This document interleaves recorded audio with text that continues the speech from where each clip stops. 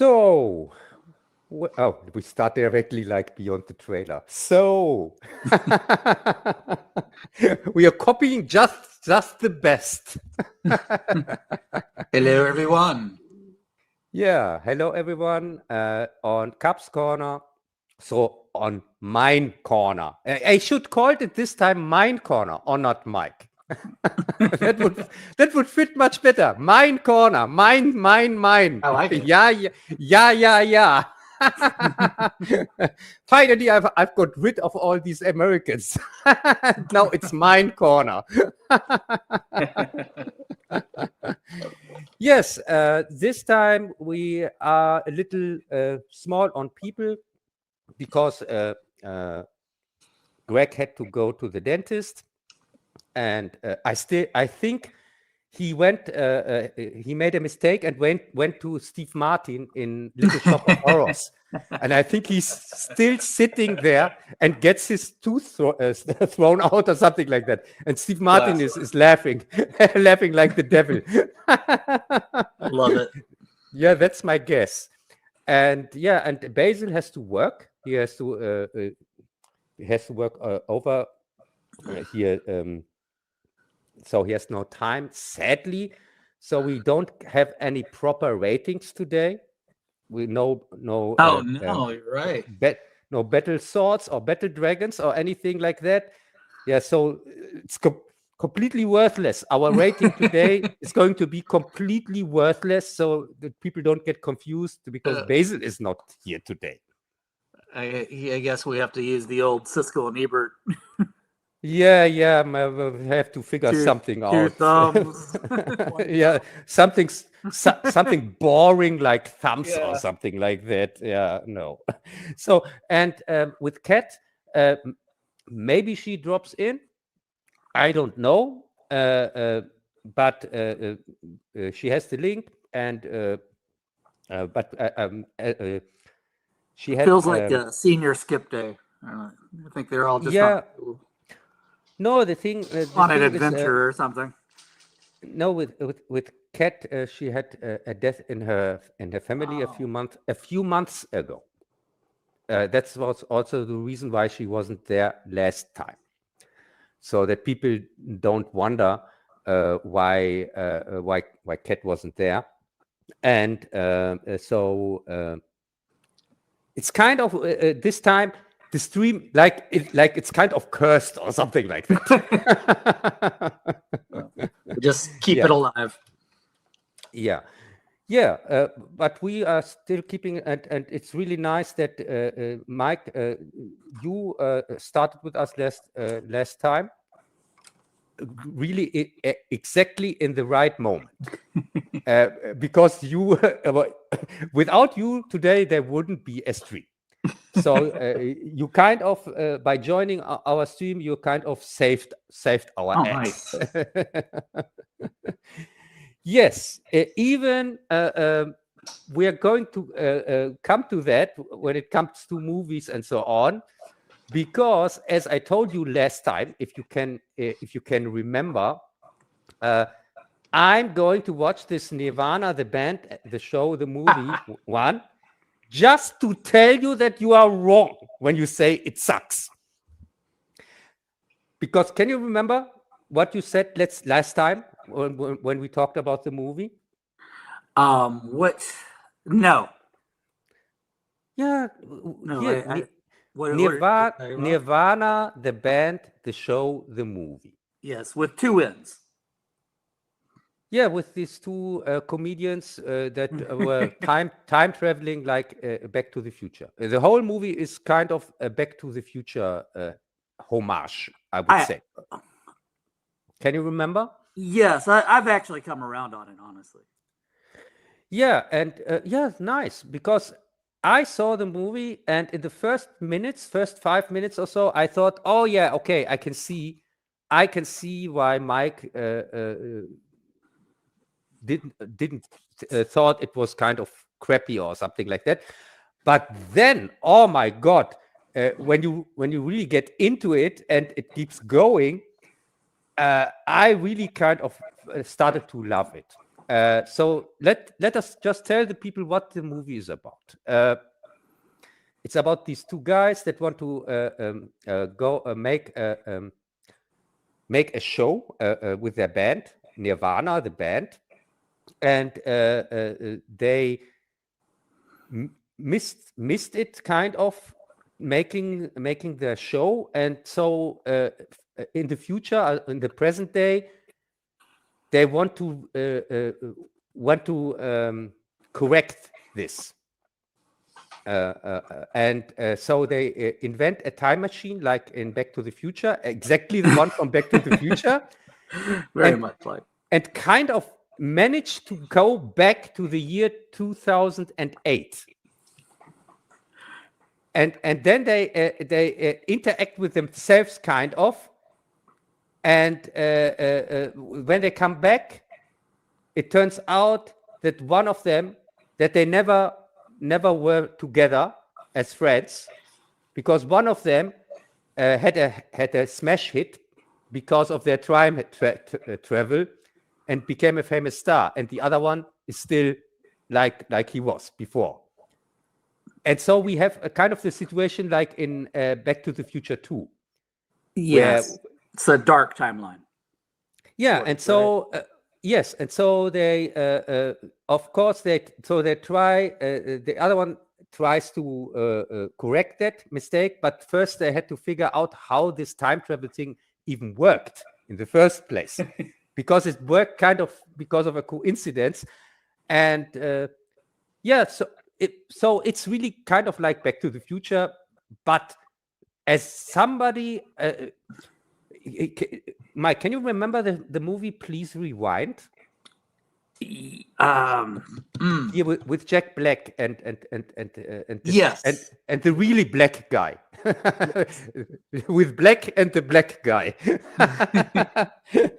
Deaf, I think Most Deaf or something was the name of the other actor. Yeah, so vaguely remember that. Yeah, but no, it's just. Can you remember? They erased all the VHS tapes. Yeah, and then they had to replace them by making the movies themselves with their home videos. Yeah, and then they got sued. yeah, and they called it gesweeded versions. Like, yes, that's Sweded. When somebody asked, they said, oh, it's from Sweden or something like that. It's the gesweeded version. And I thought this Nirvana movie was kind of like that. It reminded me kind of like it's a gesweeded version of Back to the Future. Yeah, the more I researched this movie, the more I liked it, because I didn't realize it was based on a web series. So apparently that I guess came out around 2008. So they actually had archived footage of them back then that they interact with in this movie. Plus, you have the parody going on about Back to the Future, but it's also a kind of a meta take on fair use and copyright. And they push it to the extreme, and they also use a lot of guerrilla filmmaking, which I really appreciate. So the more I research and learn about like what they did to make the film and kind of the inside joke of it, I really started to appreciate it more. Oh my God! Do you mean the German guy was right? Yes. Again. Yeah. It's actually very funny, kind of in an Andy Kaufman way, where like maybe they're the only ones who get the joke sometimes. So you say another great German victory. Oh yes, again. Just like it's Nirvana with two ends. So and how they say Nirvana. So there's so many little things. Oh my God! Give the movie a chance. And Mike, it's so sad. Now we are alone here, and nobody ever is going to get this huge German victory after 70 years. Finally, another victory, and nobody is here. Everybody is ill or has no time or whatever. Oh no! Yeah, it's a blitzkrieg. Yes. Yeah, but no, I feel like France. It's completely no. You don't feel like France because you tried to fight. That's the difference between you and France. France would be if you directly would have given up. Then you would be like France. Yeah, but you, I guess I'm just joining you. No, but I'm compliant with Switzerland. It's really when I saw the movie, as I said, if you can remember, I'm a movie maker myself, or former movie maker. I made back then in the 90s. I made 3 movies, but there were really like home videos. Right. And so I had so much sympathy for everything in this movie from directly when I got that it is really this guerrilla project, as you said, this guerrilla filmmaking project, because it reminded me so much of my own filmmaking back then, because back then we didn't have any permissions or whatever. We were filming risky stuff, also high-speed races and here action scenes and so on, and it was so dangerous. I can remember that, and many things in this movie reminded me of that, and also the special effects in this movie are awesome. Yeah, because you don't see them. It looks all so real that you were guessing. Sometimes I was thinking, are they really up there? It looks so real. When they're on the tower and they have no safety anymore, and you think, are they really up there? Is this because it looked so real? It didn't look anything like AI or CGI or something like that. Yeah, they used a lot of footage from other movies, like but they push it like the fair use thing. So as long as it's an integral part of the story, then you can show things like The Hangover or whatever, when they went back into the theater, and that that theater is filled with basically their fans. But its setup is it's actually just it's kind of brilliant. Yeah. It has many simple, and I told when I talked about the movie on my German live stream last month, by the way, I told the people, this is not a movie for everyone. You have to be into it. You have to be into this style, into this home video filmmaking, and yeah, I said, I think you have to be in on the joke. Yeah, you have to be in on the joke, and then you can really, really enjoy it. But it's not mainstream in any kind.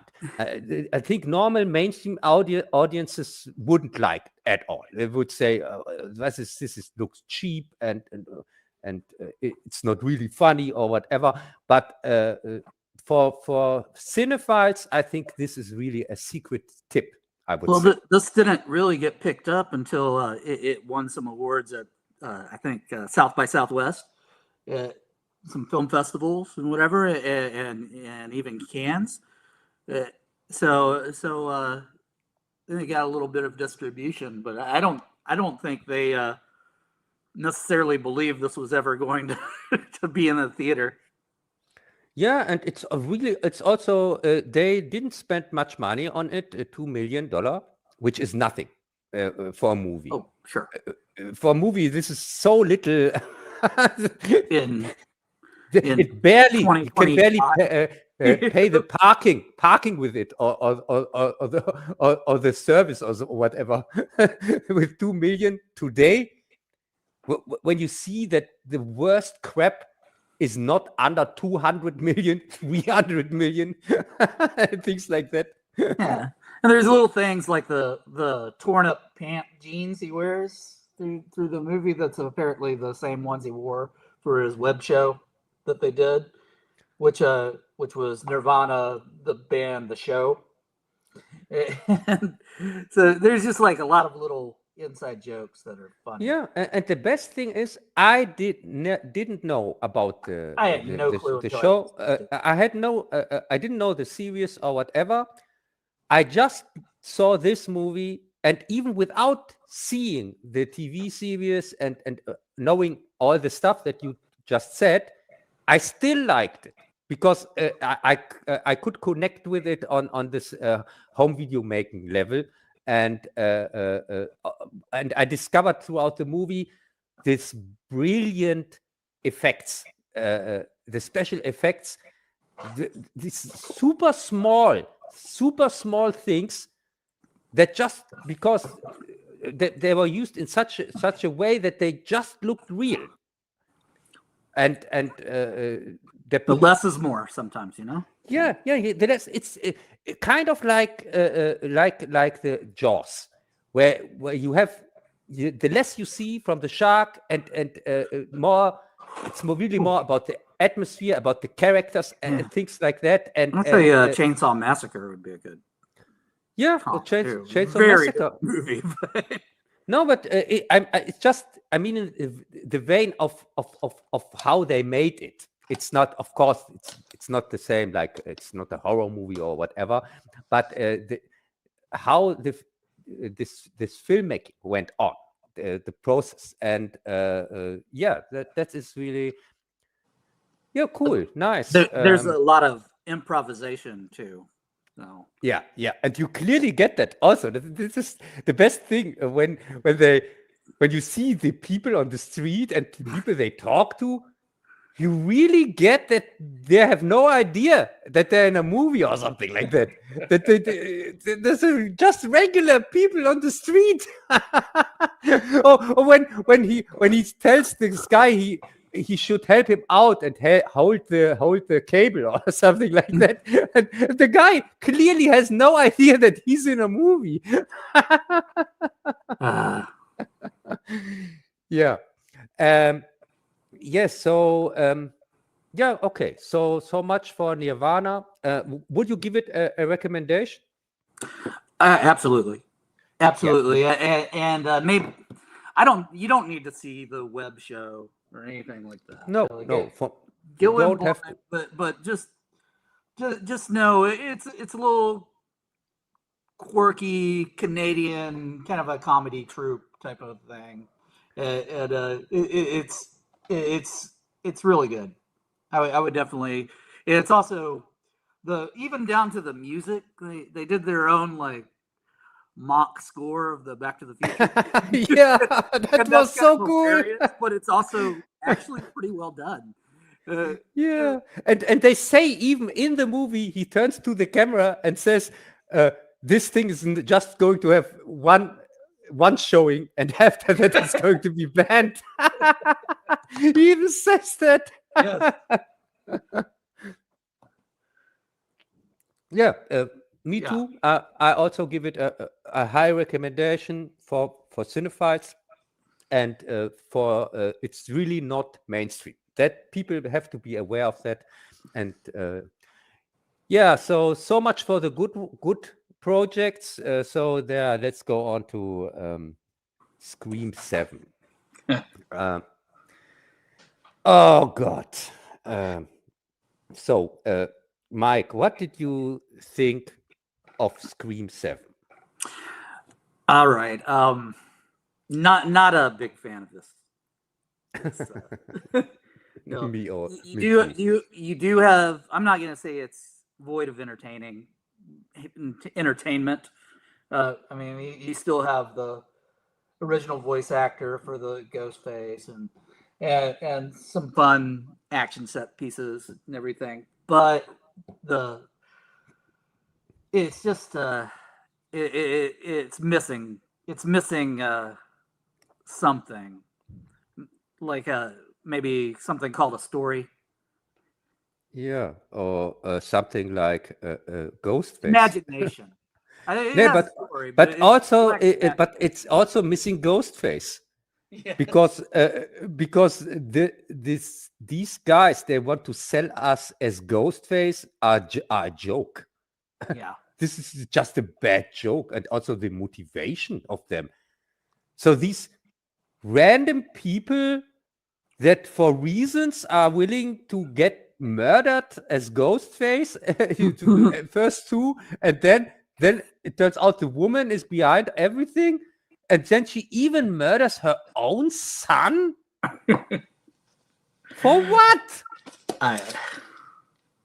Yes, he reminded me of his father.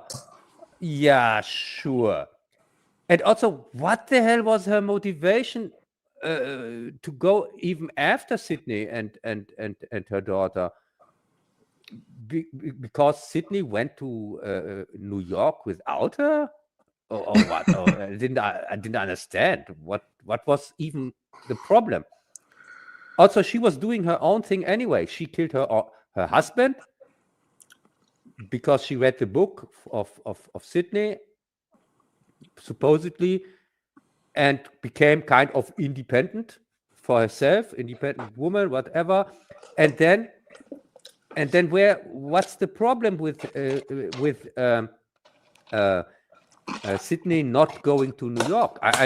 Or going to New York? What's the problem with that? No, because Sydney didn't go to New York. That's why she was pissed off, which doesn't make any sense.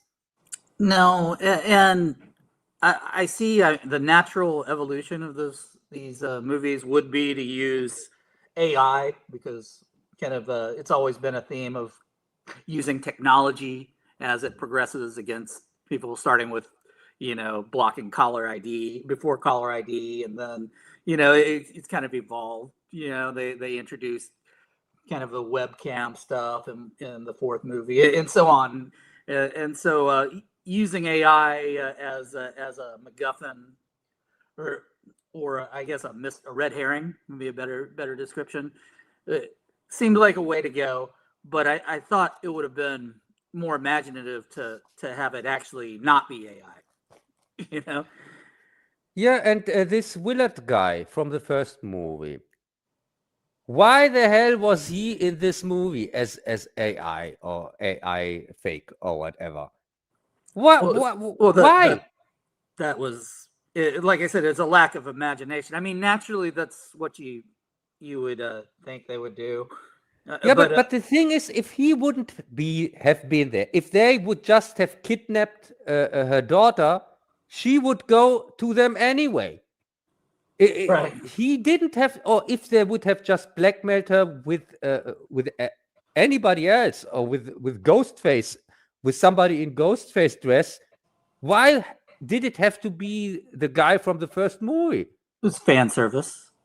Yeah, fan service. I know, but if you would have changed him with somebody else or cut him out of the story completely, it would have changed a thing.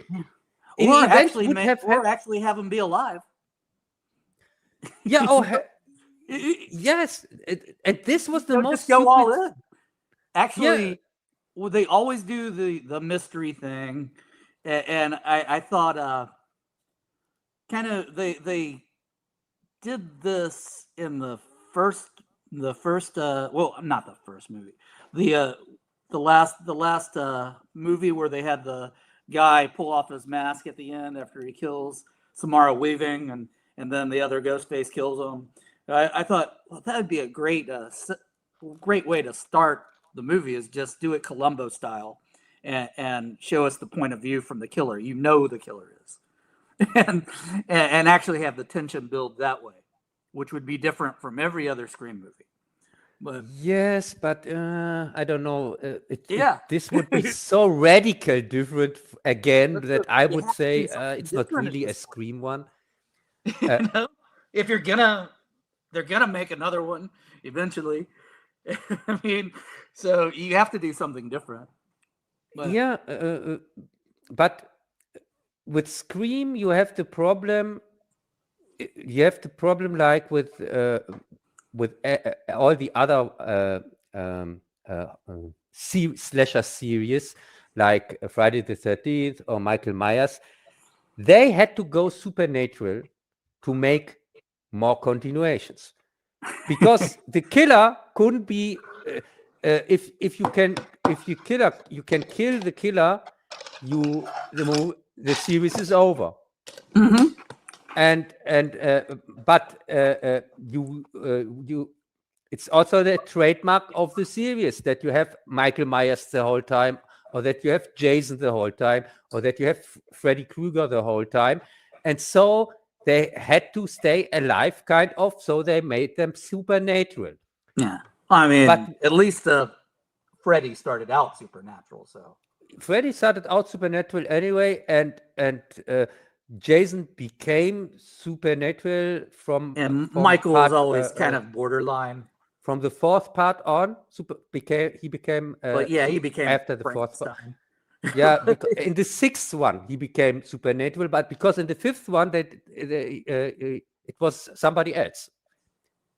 If you can remember, the new beginning. Oh yes, yeah. That's a fun movie. yeah.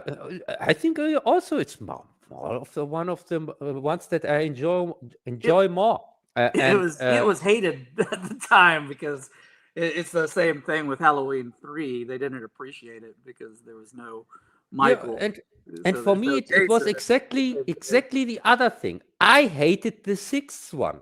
That it was so beloved from McLaughlin here, this director, and where everybody says, "Oh yeah, it's the best one," and I say, "No, I like the fifth one much more than this stupid sixth one with reanimating Jason Frankenstein's Bright style." That was so stupid. With the James Bond opening. Yeah, the James Bond opening, and then the whole time it was much too funny. Also, Jason. They had the weird musical choices.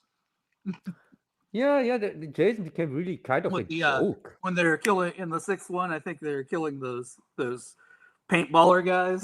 The paintballer guys. Yeah, and also he's pushing somebody through a door, through a door from a car, and then you see the face of the guy coming through the door, like in a cartoon or something like that. Yeah, they were making money on those movies, but they weren't putting money into those movies.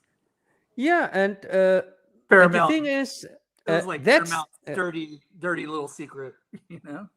Yeah, but Mike, I think that's the problem with Scream nowadays.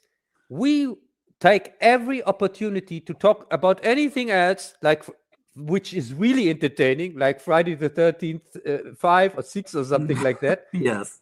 Instead of talking about a brand new Scream 7 movie that is just came out of the cinemas, and what a big hit also, but I really didn't care for it at all. For me, it was most of the time boring, predictable, and I couldn't stand these new characters that they already that they have taken over from the last one. Here, this supposed film expert.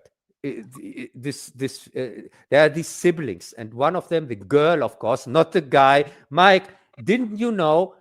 Real true horror fans are female. Always were female.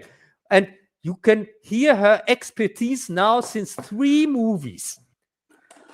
This expert on horror movies. Character. Oh my God, it was just so unbelievable, really. I also don't know what is this exposition machine.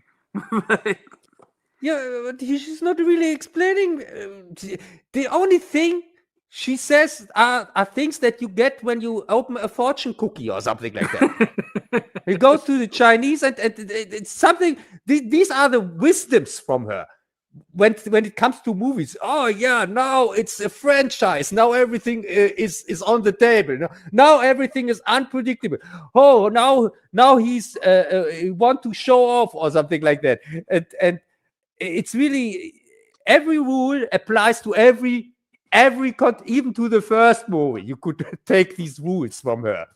Yeah, I guess one way they could have went was to make it kind of a fake supernatural, like a supernatural red herring where it's not supernatural but looks like they're going that way, because that's, like you said, that's what these movies do. But they just lack so much imagination. No, they should have met somewhere in a bar or something like that, or at home, and then replicated a flux compensator, and then made a time travel to Nice. 15 years ago to prevent, or 30 years ago to prevent the first killing of Ghostface, and then mess it up, and then try to repair it. That would be an interesting story. or Ghostface, he does the Terminator 2 thing. Yeah, something like that. First Terminator. Yeah, but the thing is, for me, the Scream movies kind of were over already with part 4, with the last one from Wes Craven, because he was for me, he's the only one who can tell a Scream story, because already part 5 I didn't like at all when they went to New York. I think was it part 5 where they went to New York? Yeah, that was the 6th one, I think. Yeah, the 6th one, but already part 5 just the requel, basically. Yeah, with the daughter of one of the killers. Yeah, and I didn't like this idea from the get-go. Even I highly respect these two actresses, by the way. I'm not a fan of their movie, but I'm a fan of the persons, because they have acted. They have refused. One of them was against the genocide in Gaza, and yes, Barrera she got cancelled. Yes, and so the other ones, and even the director joined her when she was thrown out of the project. The others also joined her, kind of showed solidarity with her, and so I highly respect that. But it has nothing to do with the movie. No, they were actually, they did a good job in the 2 movies before this with the material they had. Yes, did well. Yes, yeah, but I have big problems with the movie before this as well, just because everybody gets stabbed like 1 million times and they don't die. There's no stakes and things like that. And also, as I said, for me, Scream was over with part 4, because also part 4 was for me personally was even better than part 2 or part 3. I liked part 4 and thought this is a very good closure for the Scream series.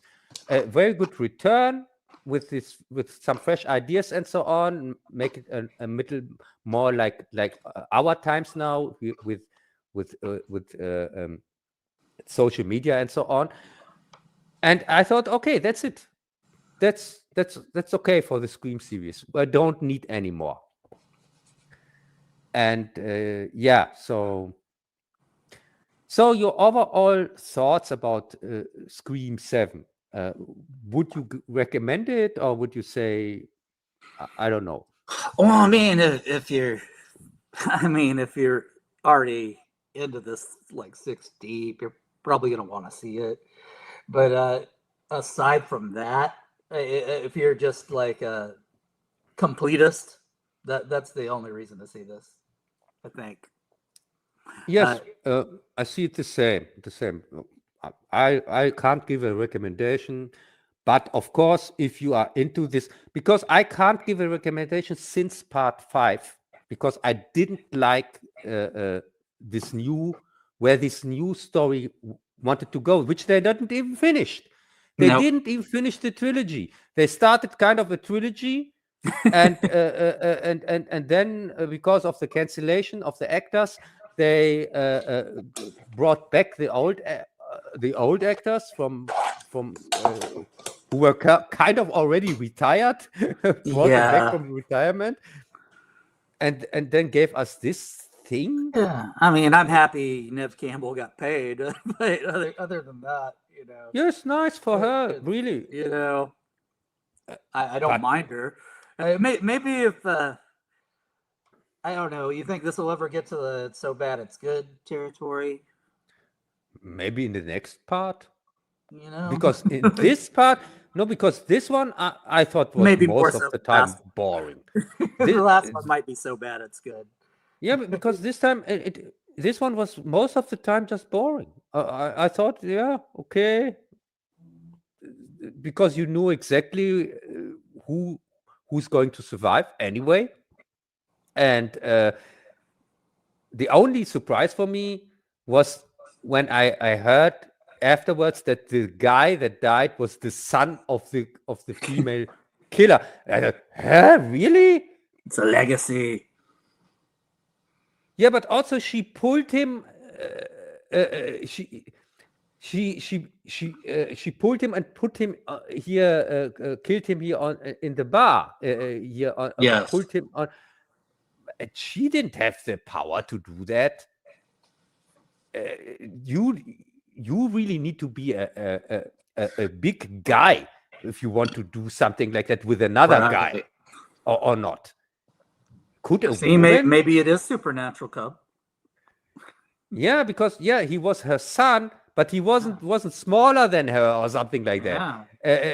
So maybe the outfit gives you superpowers or something like that. Yeah, probably, because it looked so easy when he did that. When he did that, it looked like, oh yeah, he can pull him off. He had to be a really strong guy. That's what was great about the first movie, was they were clumsy. They would, it wasn't that easy to just kill someone.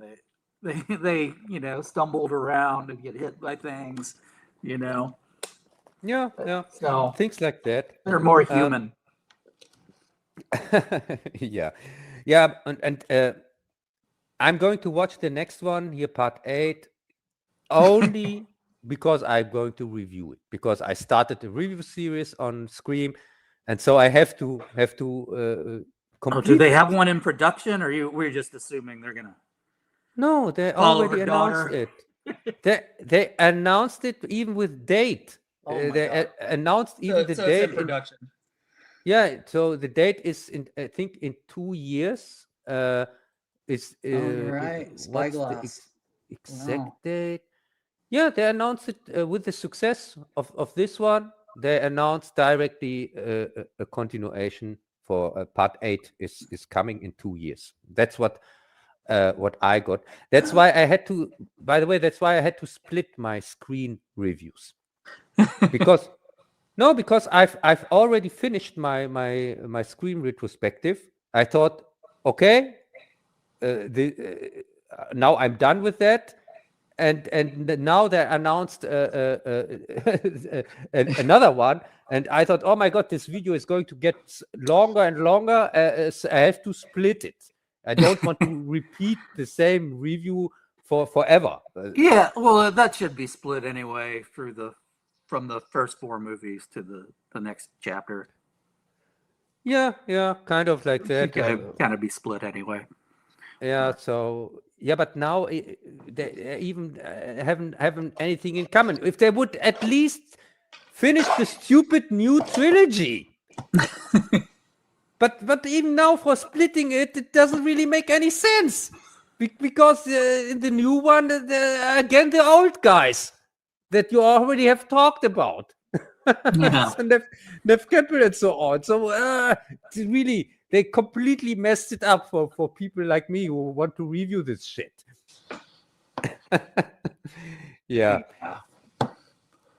So yeah, so much for the stupid Scream movie. Oh my God, we spent too much time on this stupid Scream one. I can tell you. So let's go to the next one. It's called Hoppers. Oh yes.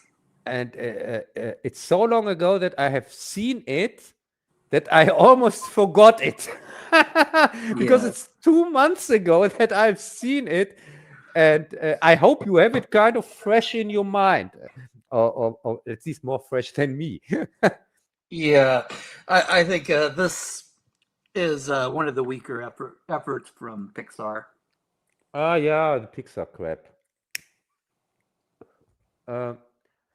Yeah, Pixar was formerly known as the ones that for quality and really good and enjoyable movies and family entertainment, but these times are long ago. Yeah. Especially since Disney has bought them, and now, and this Hoppers is even one of their more enjoyable ones, I would even say, from their newer No, stuff. it's not terrible. It's just it's missing some of that. It's not completely horrible. First off, what is the movie about? That people know if they haven't seen the movie, that we can tell them it's basically Avatar. with exactly. Bunnies, right? They even joke about it. So I guess that makes it okay. but yeah, it's just using the Avatar concept with these animals, and it's kind of so an activist girl, animal rights, and so an activist girl goes into the body of a mechanical hopper. Not hopper. What is this animal called? Beaver, or what is the? Huh? Yeah, I think so. So it's a beaver, I think. And so she goes into this body and tries to convince kind of the other animals, because the beaver is the king of the animals for reasons. Yes. And tries to convince them, kind of revolting against. It's a robotic beaver. Evil, yeah, it's against the evil humans. And she's also a human normally. We don't want to forget that. So they should, just like Avatar. So they should kind of revolt against them. But it turns out that there were some animals that really hate humans and want really to kill them all, to crush them all, especially the insects that get crushed the whole time by humans. That's kind of funny. That's kind of funny. This kind of backfires. And so I think this is even a little bit better than Avatar. Oh, well, I'm not going to disagree with that. I'm not a big Avatar fan. Yeah, because the story, I really thought they want to go all in this save the environment and humans are evil and they all should die. But then it takes a really dark turn, like it kind of becomes kind of like Terminator. It's really like a mixture of Terminator and Avatar, you could say. Yeah, maybe. Yeah, because in Avatar there are biological clones or biological whatever, and in this one they are like Terminators. They are machines. This is true. So there are two James Cameron properties that were ripped off. Yeah. But it takes an evil turn, and kind of they can prevent the big catastrophe in the end. Of course, it's still, thanks God, they remembered. Oh, this is supposed to be a kids movie, and so we can't kill everybody in a bloody massacre or something like that.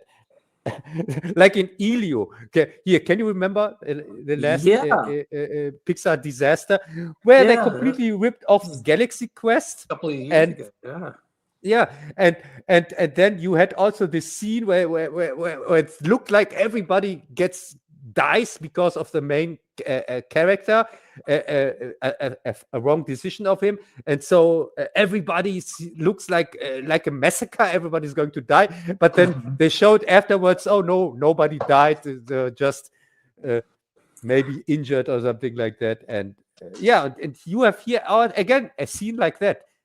It's better than their recent efforts. Probably maybe it's their best movie since Coco.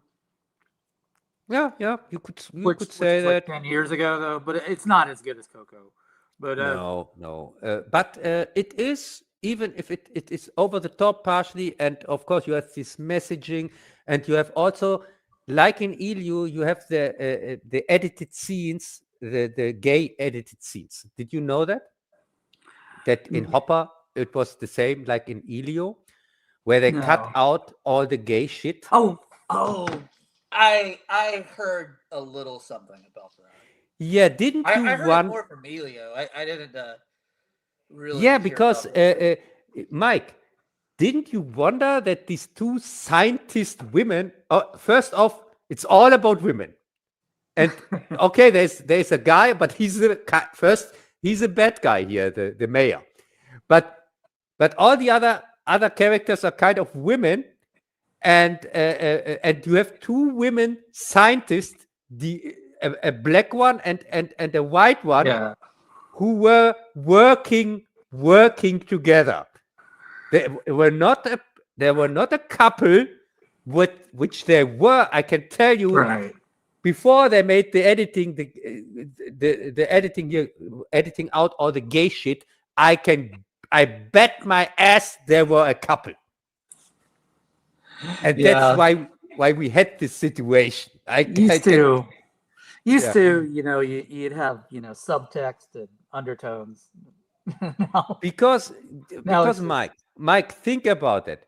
Have you ever heard about two female scientists working together?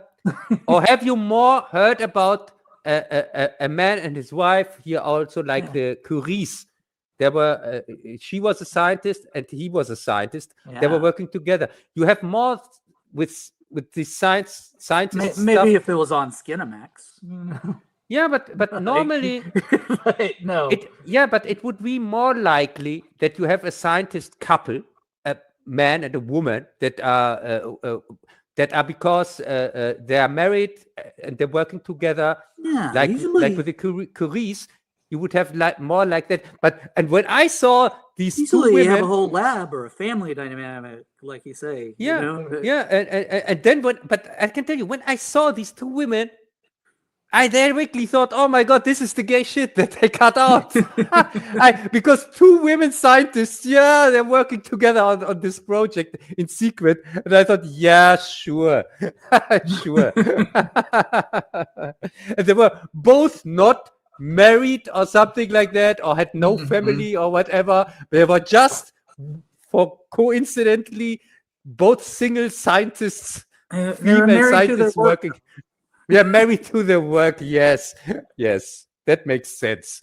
Yeah.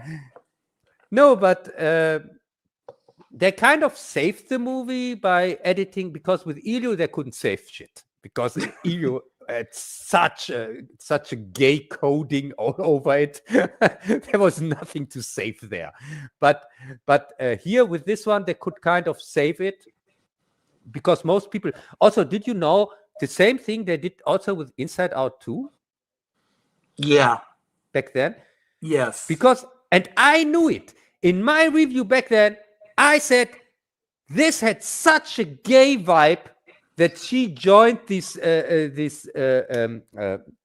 ice hockey team, with a female ice hockey team, and she was so fascinated from the leader and so from the female leader and so on. And I thought, oh, this is such a gay touch. Doesn't make any sense. A female ice hockey team. Yes, maybe in some science fiction fantasy novels or whatever, but in reality, is this usual? Female ice hockey team in the school? So who are they making these movies for? Yeah, clearly for female ice hockey team members. Yeah, it's really bizarre. Yeah, so what did you think overall from Hoppers? Would you say it's a return to form for Pixar? Is it the right direction, or it's I don't know if it's a right direction and quality, but it's not quite there. But it's a way better than their recent efforts. Like I said, it's the better film they've made in 10 years.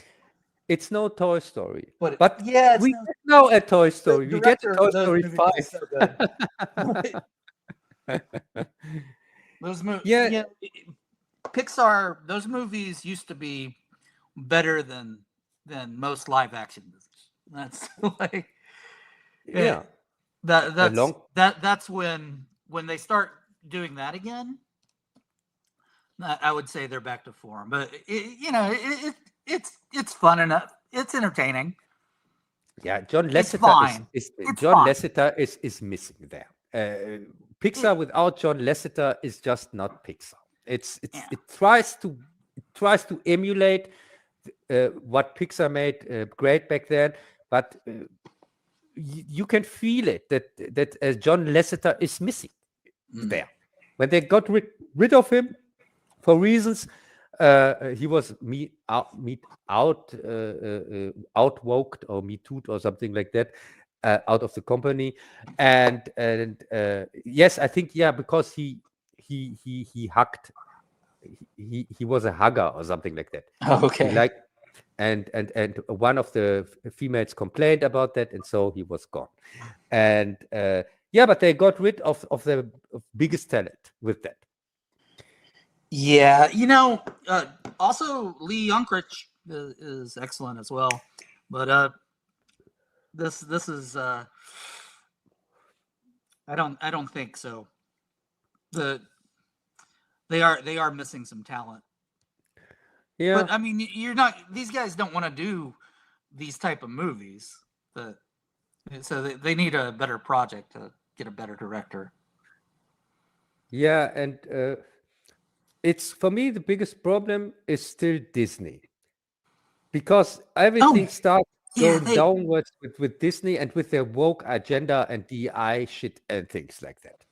And for me, maybe with Hoppers, they kind of got and again in the right direction, but it's really more about luck, because with Elio, they didn't have time to really get out all the woke shit and the gay shit and so on, and so we got this mess of a movie what we got.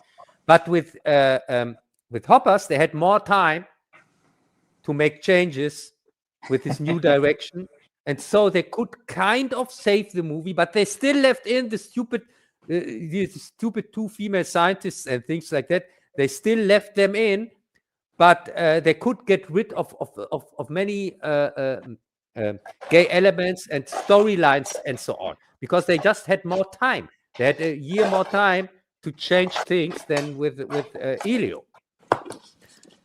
And so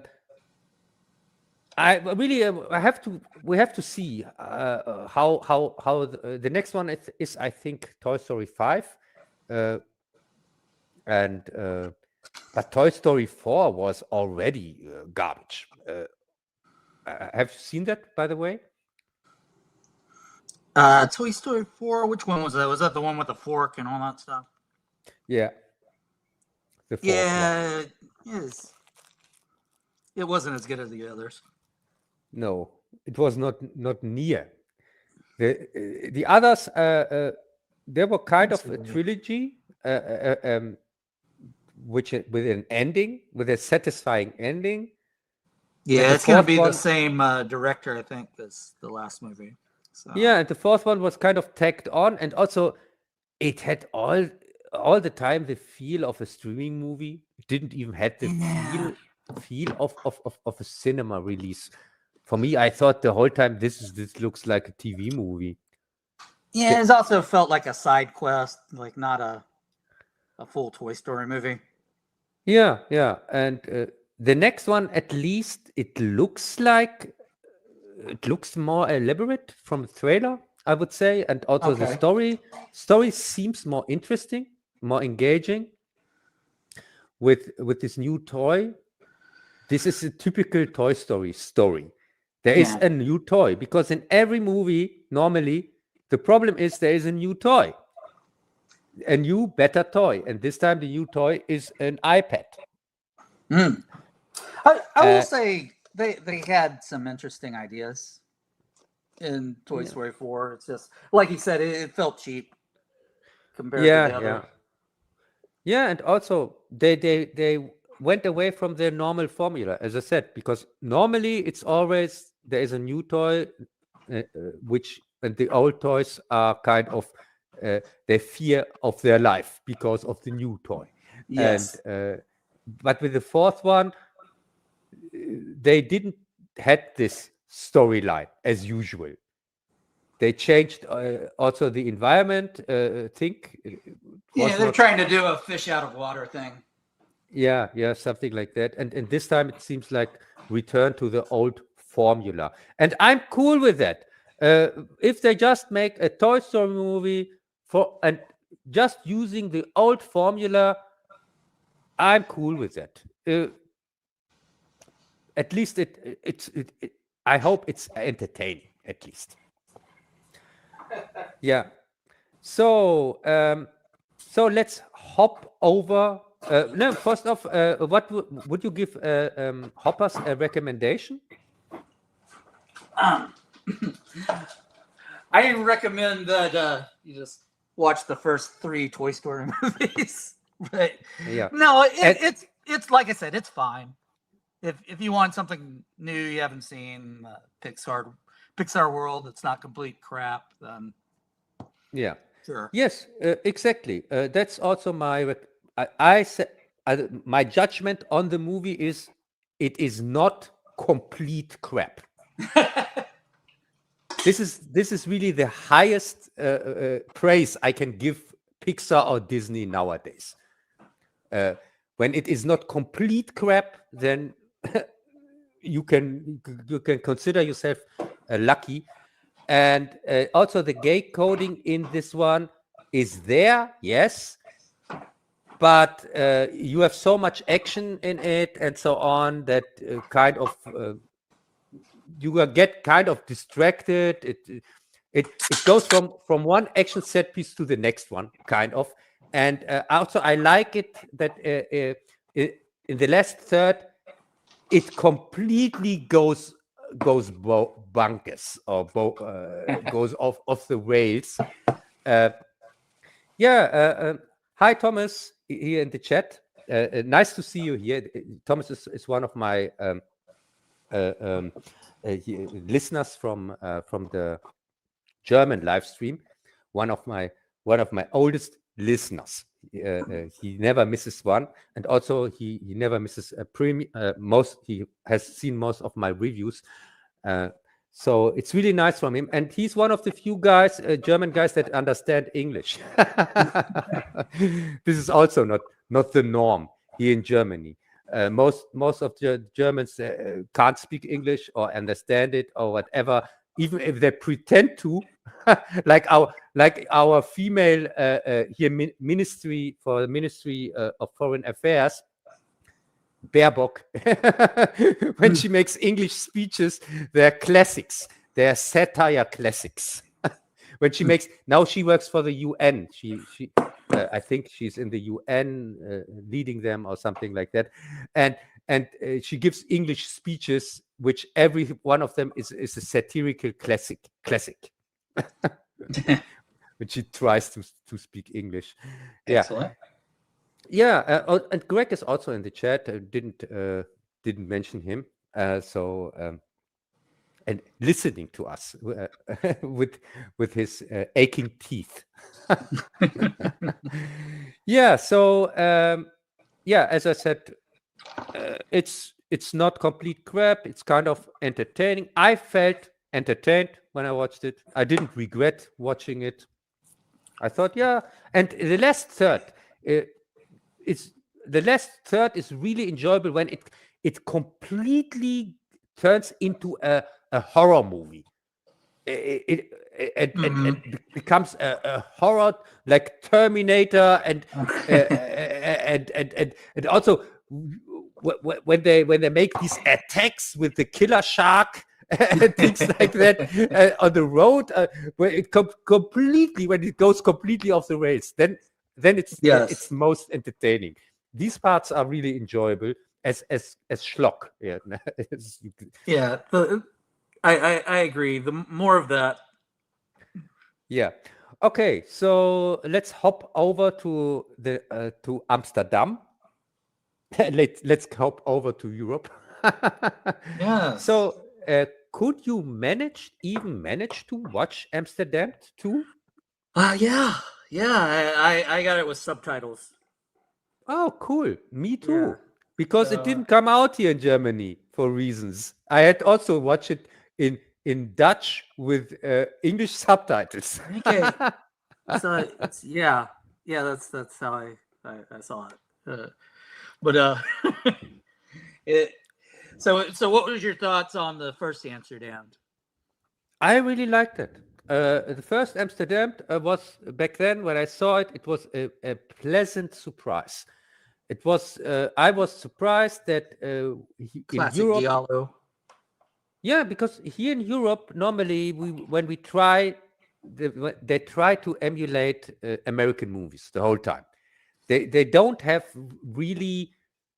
They are giving up their own style here in Germany, especially, and try just to copy the American style of filmmaking, and then you get cheap kind of cheap copies instead of that they create their own style here in Germany. And this was but then you see a movie like Amsterdam, which stays true kind of to European style here in place in Netherlands, here in Amsterdam, and it kind of combines the best of both worlds. It is a Dutch movie, but at the same time you get professional action scenes like in a Hollywood production from back then. Oh, sure. And this and the reason for that, by the way, is I explained it in my review. The guy who made the stunts here for Amsterdam back then was the same one who made them for the James Bond movie here with Roger Moore, where he jumps with a boat. I think Live and Let Die. Okay. Yeah. Where he had this awesome boat jumping scene, and they broke a record back then with this jump. It was the biggest jump over a bridge or something like that. And this record, the same guy who made this record back then, it's a British guy. He broke the record in Amsterdam in the first one. Okay. With a jump over 2 bridges with a boat. And it is in the Guinness Book of. It came into the Guinness Book of Records back then. I mentioned that in my review. I'm a fan of the director Dick Maas. He's the second most famous Dutch director, because the most famous Dutch director, it's Paul Verhoeven. And then you can argue which is the second one, because we have also Jan de Bont. He's also Dutch. And Jan de Bont made Speed, as you know. Yes. But he kind of retired after 3 movies because every movie after Speed was a bomb. He made Speed 2, and then he made this Haunted remake, if you can remember.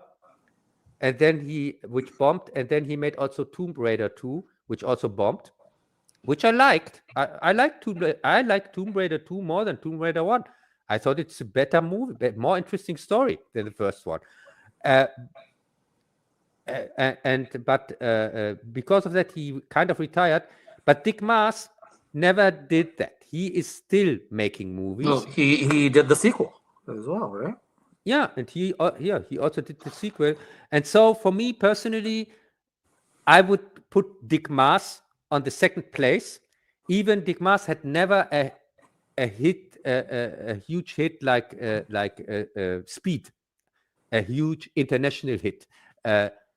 His biggest hit was Amsterdamned, and but at least Amsterdamned is a Dutch movie because Jan de Bond's Speed is not a Dutch movie.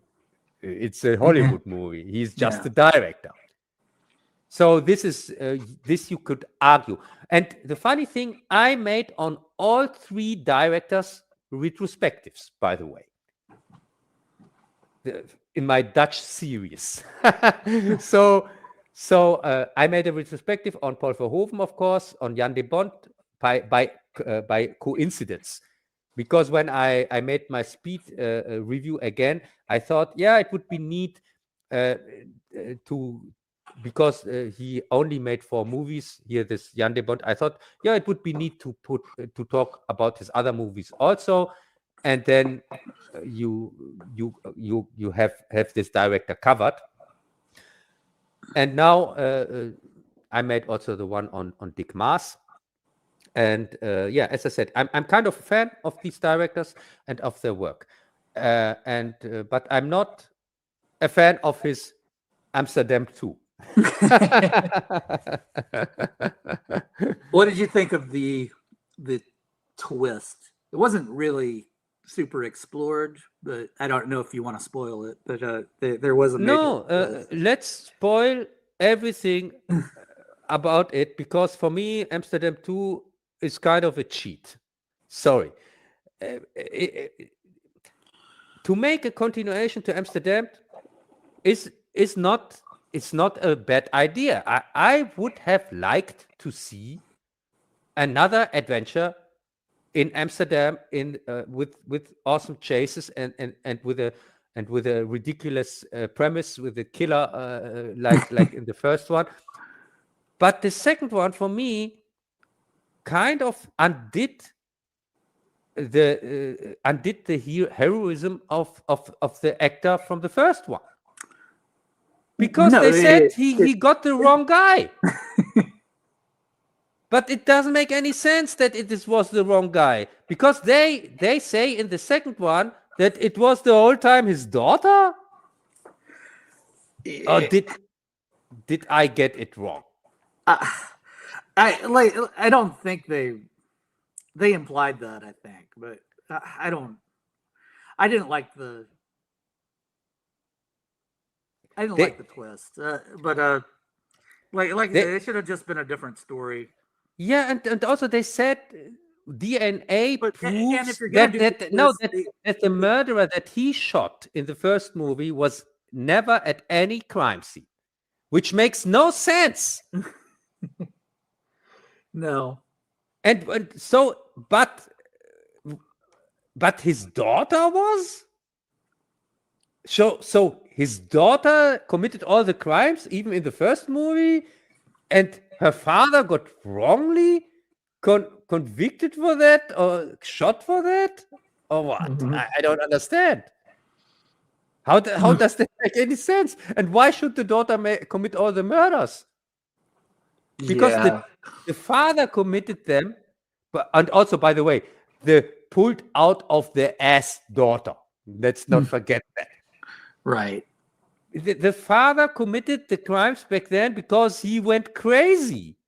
He went crazy because of radioactivity, because of the nuclear waste that he was diving in, and it got into his brain, and thanks to an accident, and he mutated, and this is at least a scientific thing, because we know when you get near nuclear waste or whatever, you turn into the Hulk, or became a human spider, or turn into a diving killer, like a mutant. So, the mutant. Yeah, this makes complete total sense. And in this one, they tried to ground it with like CSI, whatever. Oh yeah, we made the DNA, whatever says this and this, and also, wasn't most of the crimes in the water? How can you take DNA anyway from that? Yeah, that's a problem. My problem with this is kind of the look of the film. It's not a terrible look. You like cheap. Yeah, it felt more like Seven, like with the wet and the rain and everything looks gray. I mean, you have some great location shots. It didn't look cinematic. It looked really more like a streaming movie, or not? Yeah, it looked really like a Netflix. It looked like they were copying Fincher a little bit, but they weren't going all the way in. With the lenses, the chase scenes were not as elaborate. No, and what really pissed me off, first off, I didn't filmed mind it on GoPro, I really didn't mind that we had this that the old actor came in, and of course he came out of retirement, and then we have this female cop who is now the new investigator, and I didn't mind that. I thought she's fine. I thought both the actors were fine. I thought he did a good job too. And I thought also the premise itself, I was okay with that, and I was even okay with that he kind of had to play the second fiddle to her, because he is in retirement. Of course, he's not the action star of this one, and I was completely fine with that. But the thing I wasn't fine with was that they didn't go. They had the chance to go completely over the top. Yeah. Can you remember when they went in these caves, and where it looked like, oh my god, this is like an alien or something like that, like Alien X or whatever. Mm-hmm. And I thought they even mentioned aliens in the canals. and I thought, oh my god, that would be so cool, because this is the only explanation that makes sense. And then they had to, of course, to say that the DNA whatever was crap. They had to mention that, and then go with really a supernatural, like for could even take something like The Thing or something like that. And this guy is just avoiding grenades and yes, really, but I was so disappointed that they didn't do that. That they really wanted to sell us this female, this 60-pound or 70-pound, no, not pound, kilo. This small female that takes out soldiers and things like that. So she was also in the military or what? Because super soldier. But these were trained soldiers in the water or not? And she just takes them all out and like it's nothing. So if you had this monster guy from the first movie, then I could have believed that maybe, because also of his superior strength and whatever, a mutation, whatever. But she was just supposed to be a normal woman or not? Yeah, I think he's trying to set up a third movie. But with that whole DNA swap thing, and maybe that's going to revert and be a whole trick or thing. I don't know, but I don't think it helped this movie very much. Yeah, but do you really care for a third one after the second one? No. Yeah, as I said, because they didn't go over, they wasted. They could have done anything. Why didn't they take a page from Hoppers or something like that? Go full Avatar, Terminator, whatever. Do something. Yeah. Have multiple mutants. This is the guy who made the movie about the lift. The lift. Have you seen The Lift? No. What's that? It's his first movie. His first movie was about a lift that was kind of possessed. It was not. It was a living. Scientists made experiments on a lift, and so the lift became self-aware. Okay. This has definitely been copied. And so the lift started to kill people just as he wanted to, and also elevator. The elevator, and it's a classic. This was his first movie. I like the poster art for the lift. They made cool. He made a remake, an American remake in Hollywood. Okay. Which was called Down. Yeah, I've seen that. And this one sucked. Yeah, I'm talking about this movie, Down movie, but in the original, the Dutch version from 20 years before. Okay. Which is a classic. It's from 1983, and it's really good. I made a review on it. It's called The Lift. By the way, recommendation. Yeah. Real cheap, $300,000. Yeah, and so I'm just mentioning The Lift. I because this is kind of one of his last movies. This is now an old guy here, this director, and he barely gets his projects financed. And so I would, if I would have made a continuation to my most famous movie, to Amsterdam, I would say, fuck it, I'm going all in. I'm going all over the top, like I started my career. Something like the Lift. Yeah. Go makes really, but instead you got this by the numbers kind of TV movie lookalike, and no, just it's the early 2000s. Everything looked like that. But as I said, but this is a new movie. Amsterdam 2 is from last year. Well, I meant Down. Down. Down. Yeah, Down. What was crap? Yeah, this it did look very Netflixy, but and they're doing a lot of exposition from the laptops and watching news footage and things like that. It wasn't great. Yeah, it was a little lazy. Yeah, and it was unnecessary, because really, if you had the chance to make it, then if you don't go all in, don't do it. Then just let it be, because Amsterdam, the first one, is a classic, and I wouldn't touch that. Now he had made two kind of continuations or remakes from his classics, from himself. So he is kind of demolishing his own legacy with these stupid projects. Yeah, you get the franchise. They try to create a franchise. That's what money.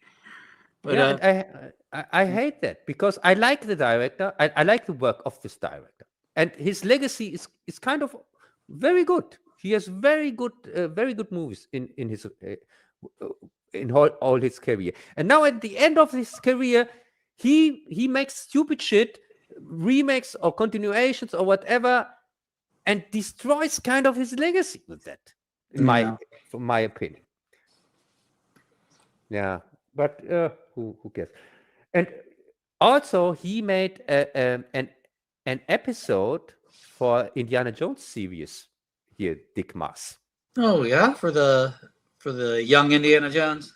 Yes, but his one was not aired back then. He made the Halloween episode that wasn't aired. Was that the one with Dracula? Or Yes. oh, that's a very exactly. Yeah, fun. I know. As I said, he's a good director. Dick Maas is he can surprise with his projects. Of course, he has also some crappy ones, but most of his movies I liked. And as I said, it's for me sad to see how these people kind of demolish their own legacy. Also with the Harrison Ford or something like that. When he makes project, he doesn't need the money for sure. And I wouldn't do these projects if I were them. It's embarrassing. Yeah.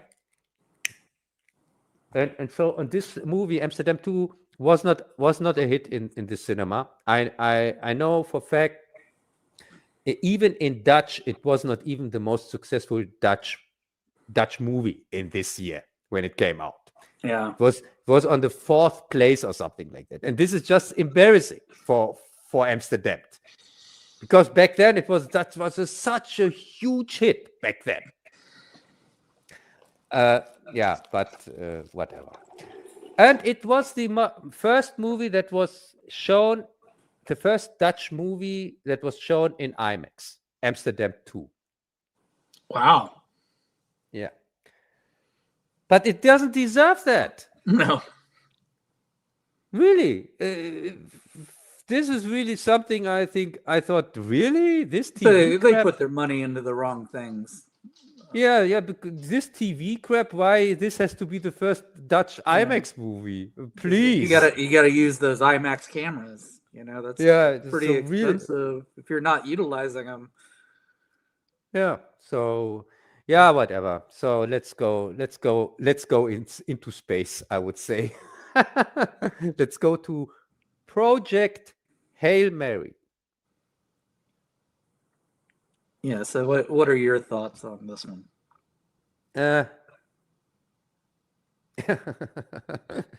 My thoughts are because I wasn't a fan of The Martian. I have The Martian book here, by the way. Somebody gave it to me as a present, but I never read it because I couldn't stand the movie. I didn't hate the movie. I just thought, it's okay. It didn't touch me in any way. I thought, yeah, it's a movie. I don't hate it. I don't like it. It's there.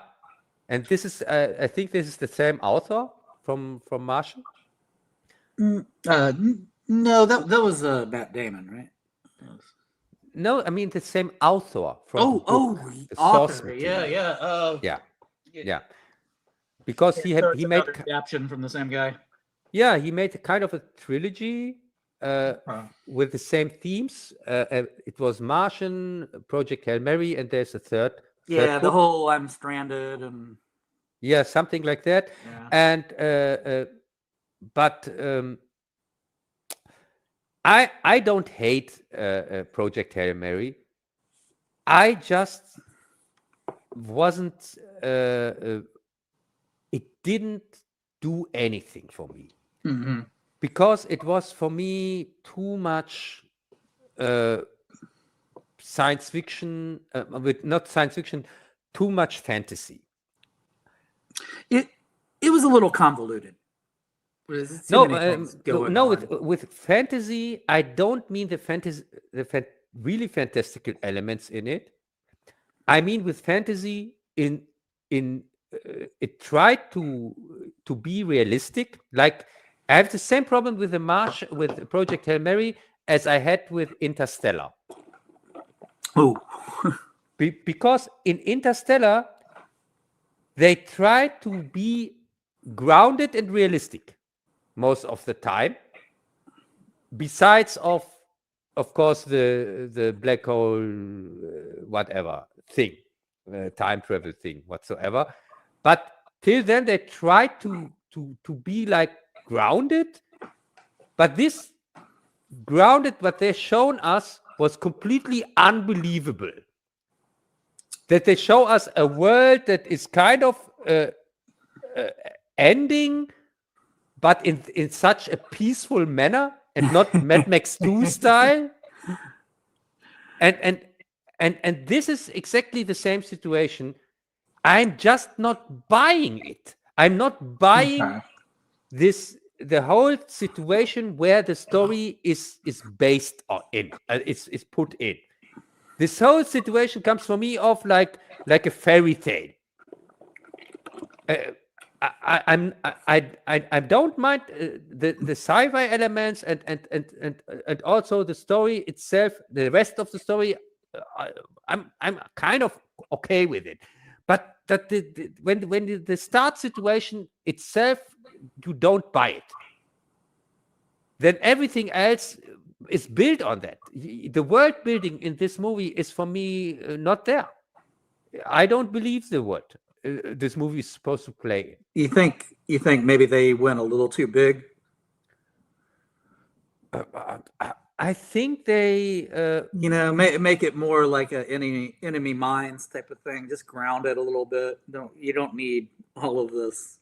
If they want to tell an enemy mine like story thing. And also I don't.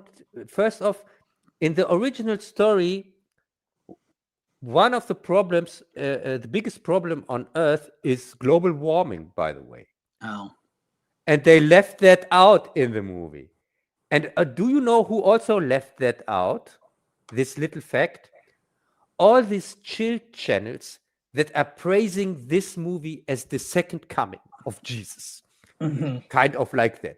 They are praising it to the stars. Best movie of the year, clearly, finally a good not woke story whatsoever. And they're praising it and nobody, and all of them, most of them have read the book, but no one mentioning the fact that the book is woke as fuck and complete garbage with this global warming shit in it. And the global warming shit is in it because the author believes that. But because this author went on all these alternative channels, giving interviews and things like that, all the alternative channels who are supposed to be against the mainstream media and whatever, of course, didn't mention that this book is crap. And left this out, this little fact. They just don't mention it. They don't mention, and I just know it by coincidence because I haven't read the book. But now I'm glad I haven't read it, because at latest at the part where global warming comes in, I would say, okay, that's it. But you always want the book to. You're always saying the book. You need to be exactly like the book. Now you're like, destroy elements from the book. I'm all for it. This is a positive. Only when you like the book. Yeah, but this is a positive. But the movie also isn't that stupid. The filmmaker left out that global warming shit. So he also seems to think, okay, I have a better chance of making money if I leave this nonsense out of the story. Did you like the computer? Yeah, the computer he was talking to when he woke up. That was Mary. That was Mary. Yeah. Really? Yeah. The thing is, this movie. I talked not so much what I thought about. What did you think about the movie? Well, I think there's some interesting scenes, but as a whole movie, I thought it was a little too much.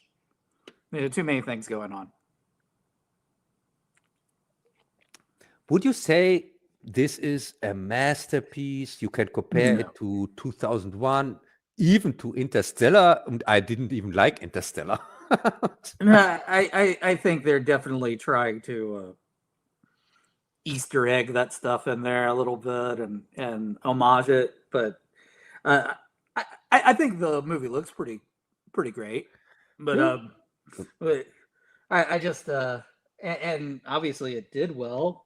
I don't I just it didn't leave a huge impression on me, like Yeah, and that's it. That's the thing, you Mike. know. It's one of these movies Would you call it fun? you don't really hate it, but you also don't really like it. You just say, yeah, it's there. I don't mind it. It's okay, I guess. But I would never rush to see it again or something like that. No, because I mean, he's a middle school biology teacher. It's kind of who conveniently has no friends, no family, no nothing. yeah. He's just there. And But he looks like Ryan Gosling. yeah, but he looks like Ryan Gosling, and also also a very convenient coincidence. He is the only guy on the whole planet who has this theory or this scientific whatever, but these guys that discover that, for example, the female that tells him, yeah, you are a genius or brilliant or whatever, she at least had to have an understanding for it or not. Yeah, I like the puppeteer work. They from Rocky. Yeah, I thought that was good. That's kind of worth watching the movie just for some of that. But like I said, maybe it wasn't just. I wanted it to be a little more fun.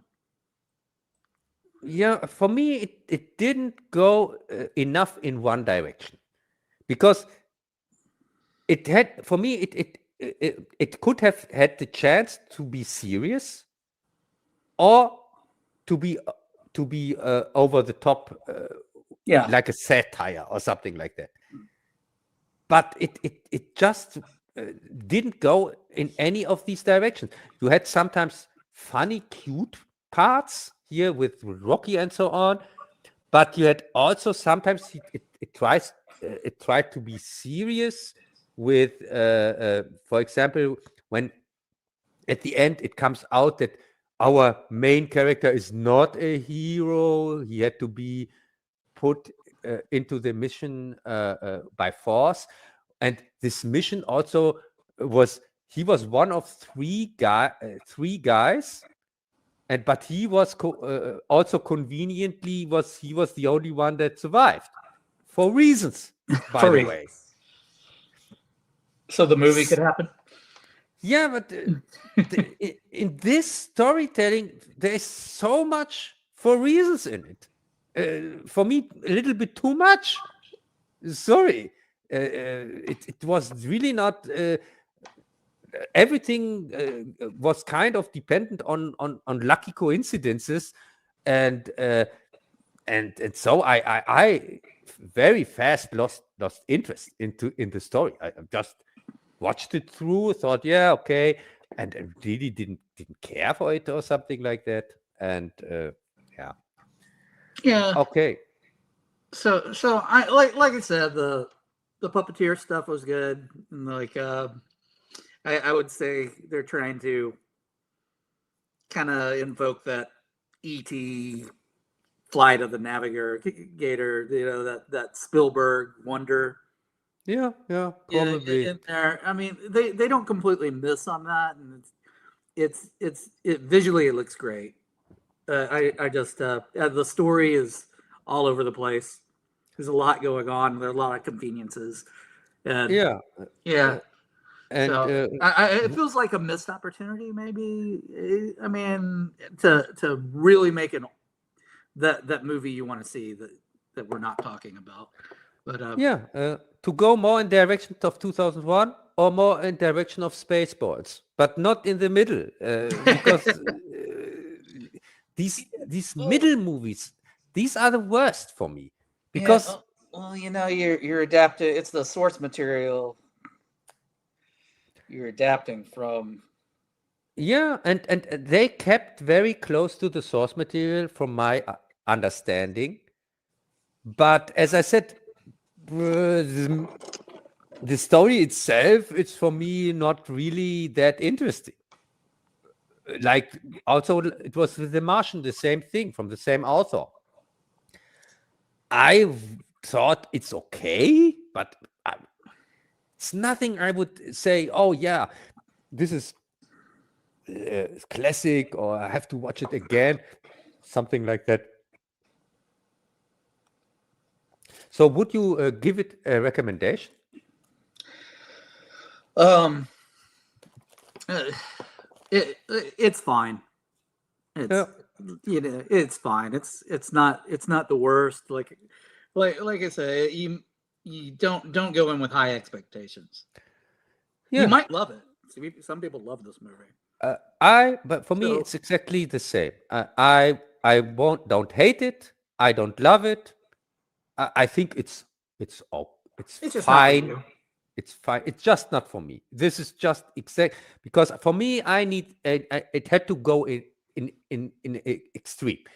extreme, like 2001, or extreme over the top, like Spaceballs, or extreme horror, or whatever. Not these. Just this in the middle. No. Yeah, I appreciate some of the filmmaking. Like I said, like the puppeteering and it looked good work and the special effects are that's pretty great. But and so there is some wonder there, but people love The Martian, yeah, like you say, you don't really care for it. No. I don't think I've seen The Martian more than once, but it was fine. But, it was fine. Some fantastic science elements in that movie too that don't make sense if you know anything about the atmosphere of Mars. Have you an urgent to rewatch it? No.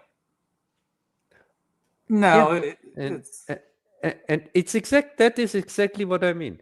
Normally, when movie you are kind of to like a movie or whatever, you say, okay, yeah, I want to see that movie again.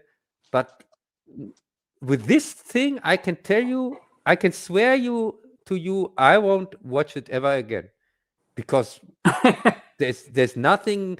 Also with The Martian, maybe I rewatch The Martian sometimes again, because I have forgot half of the movie already, and maybe to remind myself why I don't care for it. I rewatch it maybe in 5 years or in 10 years, could be. But this one, I can swear to you now, no, because not because it's so bad. It's just because I really don't care at all for the story. Wow. It's not the kind of earth-saving story how I like it. I would rather watch Armageddon again. No, for example, even if it's but no, even if it's over the top, it doesn't make any sense. It's stupid, but for me it's more entertaining than this version. Yeah, or even if it depends there or something. Even if it's trash, it's the extreme in the other direction with these ones. But this one is just this thing, yeah, okay, yeah, nice, I guess. I also never rewatched E.T., by the way. Yeah, I don't revisit that too much, other than clips, I think. Yeah, and this goes for me more in the vein of E.T. than in the vein of really interesting movie for me. Yeah, they were definitely invoking some of that, but yeah. And talking about movies I would never rewatch again, let's talk about Super Mario Galaxy. Now, do you consider this a movie? Seriously? No. Hey, explain. Really. I make this point for a reason, but explain why. Yeah, this thing is just scenes strung together. This so-called plot is the Bowser from the first part he's shrunken, and now his son wants to prove to him that he's worthy, and makes kind of this trouble.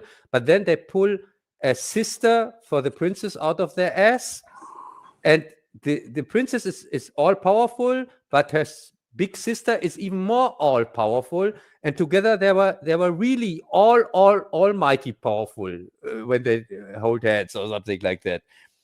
And yeah, and that's kind of the story. It's just a reason to reference their games and commercials. It's basically a commercial. Yeah, and what really pissed me off with this second one is it has even worse scenes with pop music that just starts for no reason, doesn't fit at all, and ends abruptly. Like a music clip show or something like that. And it doesn't fit at all the scenes. I have no idea who has put together this so-called soundtrack, because it's just random, totally pop songs that don't fit at all. The theme, the atmosphere, the scene, nothing. And you have random things from Aha to AC/DC, whatever, which starts and then it ends abruptly for reasons I don't know. And you have no idea what the power levels are. You have no idea what the strengths or weakness or what. Nothing. It's everything is just like it is. You just have to believe that yes, the princess, she's kind of super fighter, has kind of, but I don't know why, and I don't know her limits, and I don't know why. Sometimes she wins. Most of the times she wins the fights, but sometimes she loses. Why? And how did she get captured? If she's so powerful, she can just leave anytime. Yeah, and also with her sister, it's exactly the same thing with her sister. So there's really literally no point to any of the scenes. Wow. It feels like the studio executives just all put in their notes and ideas, and that's all they did. Like, we have to have this, we have to have this character, we need this song, we need a flying castle or whatever, it's all that. Yeah, and in one scene really surprised me when they kind of killed off Bowser. When he falls into the not acid here, and you have and you only have he's only bones at the end. Yeah, I was kind of surprised, but then I remembered during the scene. I never played this Super Mario things, by the way. I of course I played Super Mario Brothers on the C64. Okay, that's the one that I know. But I saw sometimes in one scene in one of these Super Mario games on the internet. I think I saw the scene where Bowser gets defeated and then he falls into the lava or whatever and becomes bones. And I thought, oh, okay, that's why they have this horror scene in here. But I thought by myself, for a little child that doesn't know that maybe doesn't have played these games or whatever, that has to be traumatic, because a character gets burnt alive to the bones. Kind of. They weren't afraid to go there. Yeah, but that's kind of the only rememberable scene for me that kind of stick in my brain, and everything else in it was completely forgettable. I didn't care for it anyway. And yes, would you agree that the second one is much worse than the first one? Yes. And I'm not a fan of the first one, but the first one at least managed to have some kind of a story. Even the game itself has not as much story as the movie. Mm-hmm. But then they skipped over Super Mario World, went directly into Galaxy, and what I have heard is that the Galaxy games have a story, which is not the story that we see in the movie. Yeah, why not just do that? Yes. So I'm completely confused, and I'm just too lazy to really go deep into it because I really don't care. Well, they didn't do the work. So. Yeah, they didn't do the work. What's with you? Have you played the games, or do you know? Like I said, the old Super Nintendo version, stuff like that. But yeah. Once it got into like all this, I played some of the racing stuff. That's fun. But yeah, I haven't followed up with Galaxy or any of that stuff. Yeah, I played Super Mario Kart on the Super Nintendo. Yeah, that's fun. But yeah. And yeah, that's what I really liked when they throw the turtles. That's a thing that I just like. I just think it's funny when they throw turtles at each other. Yeah, I love the old 8-bit, but yeah, so okay, so much for Super Mario, and also it doesn't do as well as the first one in this theater. What I've heard. Oh, really? I just assume it's gonna make $1 billion no matter what. No, it's just gonna take the kids.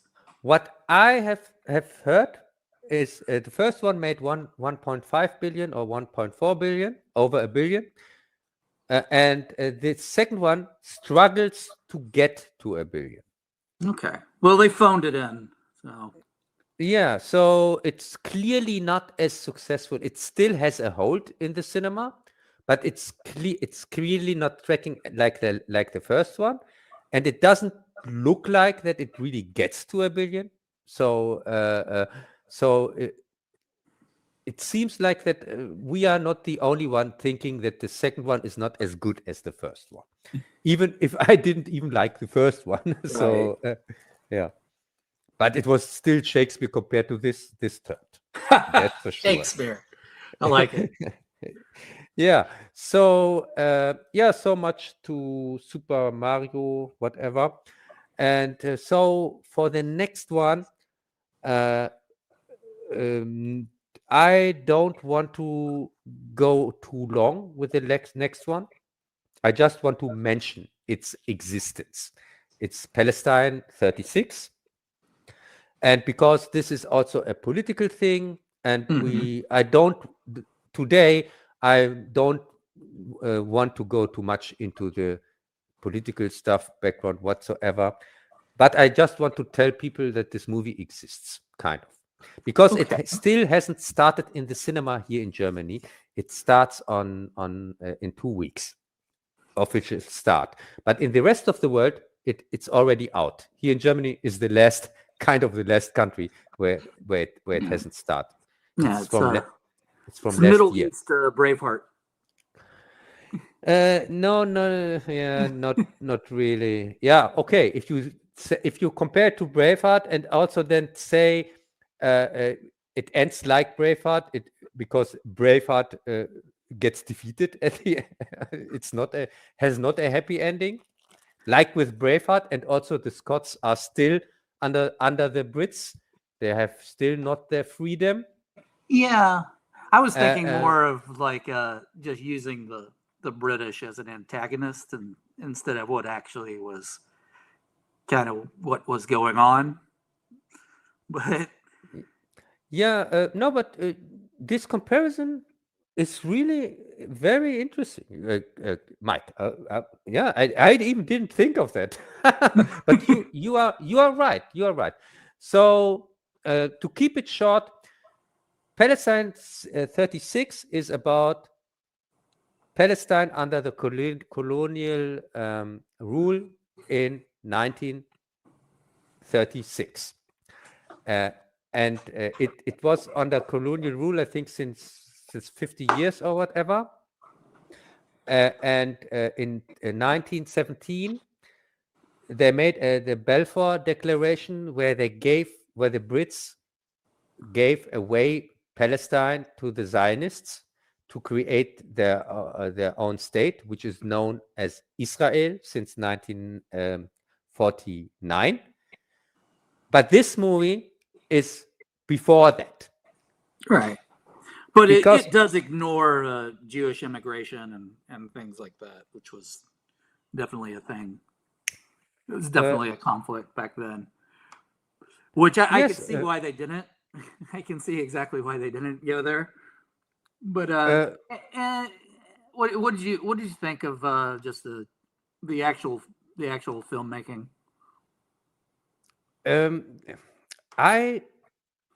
For me, this is one of the most important movies ever made for me personally, because this, I'm now really conflicted with talking about this movie as a Palestinian, because it is the first time ever in Palestinian history that this subject matter is portrayed in a real movie.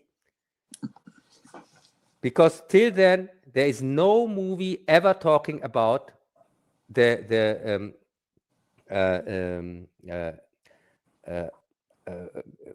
revolt from 1963 from the Palestinians against the British rulers back then. This is this is a very important part of Palestinian history that was ignored from a film perspective, from a movie perspective, till to this day. It was completely ignored. There's no movie about this subject matter, but for Palestinians, it is the beginning of the Intifada, because the Intifada didn't start with the Nakba, with the declaration here, with the making of Israel in 1970. The uprising of the Palestinians didn't start then. It started in 1963 already against the British colonialists, and they put this revolt down by bringing in 100,000 troops into this small country, and put it bloody down after 3 years. It went from 1963, where it started, to 1969.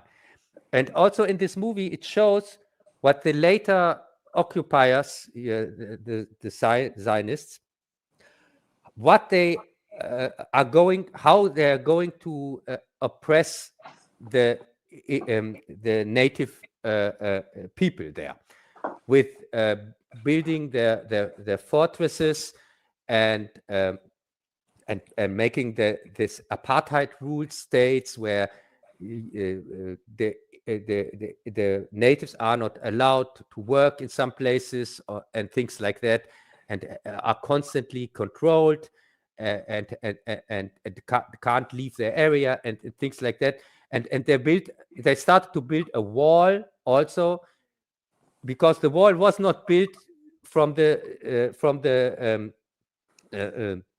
Zionists. It was already built from the British people. They had already the idea with the wall. And this movie shows that the roots in the apartheid system, and also how they dealt with the people, with the revolting people, by punishment of a whole village, when they were instead of what you call it, when you punish not just the one that does something, you punish his whole village, right, or you punish his whole family. This was all started already with the British colonialists, and so the Zionist regime learned from that and perfected these methods, these tortures, and also this genocide that already started with the British people. They already started the genocide on the Palestinians, and now the Israelis or whatever, they just are continuing it and perfecting it. But the seeds were put in this time, and that's why the movie is, for me personally, so important. And now, but you have asked me what I think about the movie as a movie, from filmmaking and so on, and I have to say it's very well made, and I come directly from where this movie plays, and so the look and everything, they really captured it well. How this it looks there, and also this movie was made partially on there in Palestine. Many scenes are, and this is also you have to think this was made after this incident here, October incident from 7th October, and this happened directly when they were filming there, and they still managed to get the movie made. It's from a female director. She comes from there. This is her 4th movie, and all her movies play in Palestine. And I've watched them all. You can watch them in Arabic with English subtitles. And of course, I could understand them anyway, but there are also dubbed versions available. But they are independent movies, every one of them. So they're kind of hard. You don't find them so easily. And so much for that.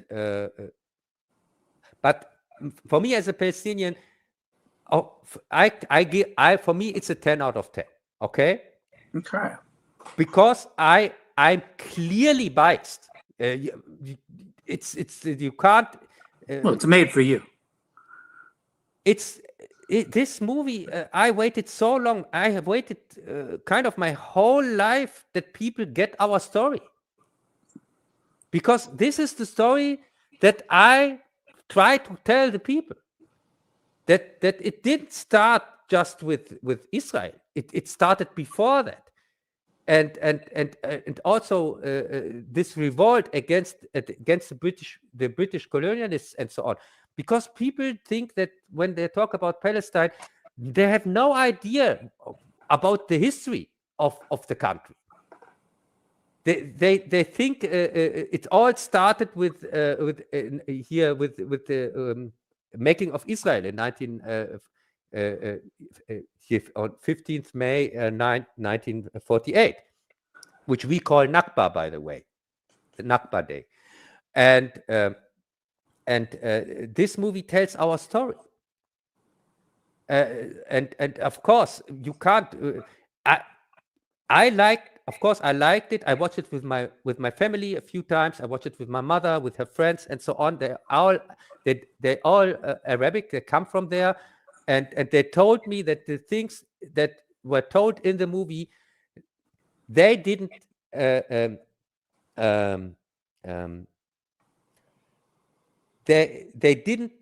weren't alive in the time of the movie 1936, but their parents were, and these were the stories their parents and grandparents were telling them. And I even got some of these stories in the 80s when my grandfather was talking about back then, when he was talking about what his grandfather was back then, and his father and grandfather were experiencing. And this was the time they were talking about. And I always thought they were talking about the time with Israel and so on. But no, they were talking about the British time. And so they told me that the movie shows what the movie says is correct. But the only thing they had to complain about was that the movie plays down many things that happened back then. Because it was much more gruesome than you see in the movie. The movie is really doesn't show. It shows very, very much brutality and so on, but it's not nearly as what really happened back then. It was much, much worse what happened back then to the people. And yeah, so but it's much more interesting what you think about the movie, because you are somebody from the outside for which this movie is made. Yeah, I found it extremely interesting, and there is and it made me look back on the history, which I didn't know as much of. Like most people, they kind of, the story seems to start in 1945, right? But yeah. So I found it engaging, and I did appreciate how the film looks, the location shots, all that stuff, and the story, the impression what it's trying to do. Yeah, and I think it absolutely does what it set out to do. And I also like the soundtrack. It really fits the tone, and it has these elements, this Arabic elements in it. The score. I looked it up. It's from an Australian guy, by the way, who made this awesome score, which I used in my review also, by the way. And I was surprised how elaborate it was made, because it has also big stars like Jeremy Irons, and it didn't look like a cheap independent production or something like that. It had really professional qualities. I was super surprised. For a Palestinian movie, this is very unusual. Yeah, I'd say, it was clearly a work of love.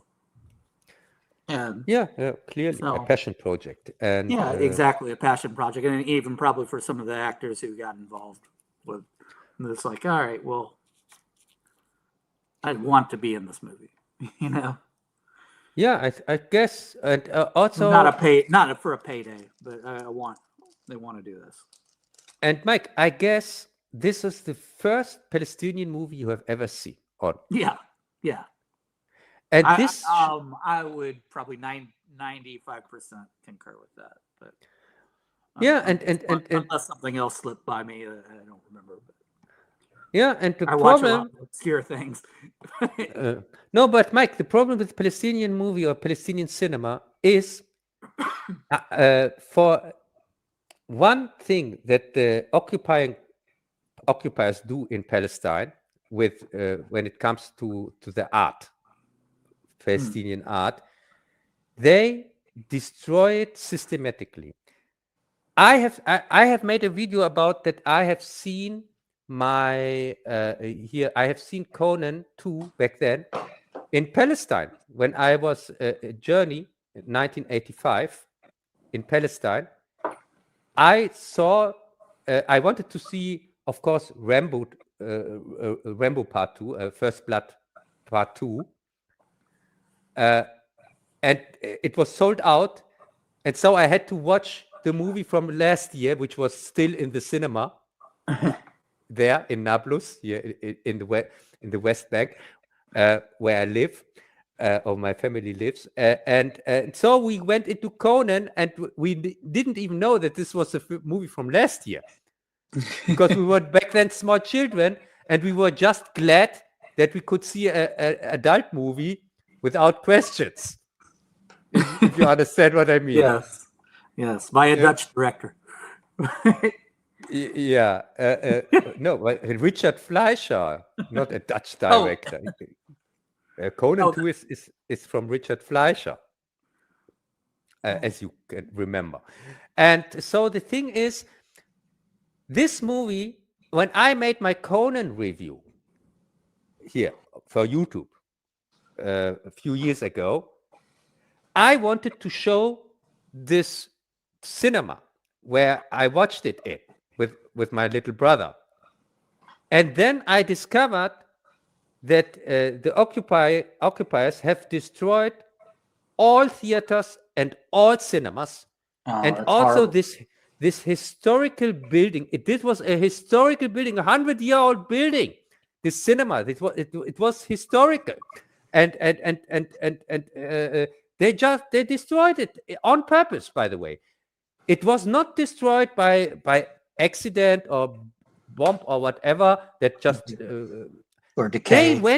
They went there to destroy theaters and cinemas and everything where people socialize with. Like they are now destroying systematically here Krankenhäuser, what's the English? Hospitals and things like that. Because they are making a systematic genocide with us.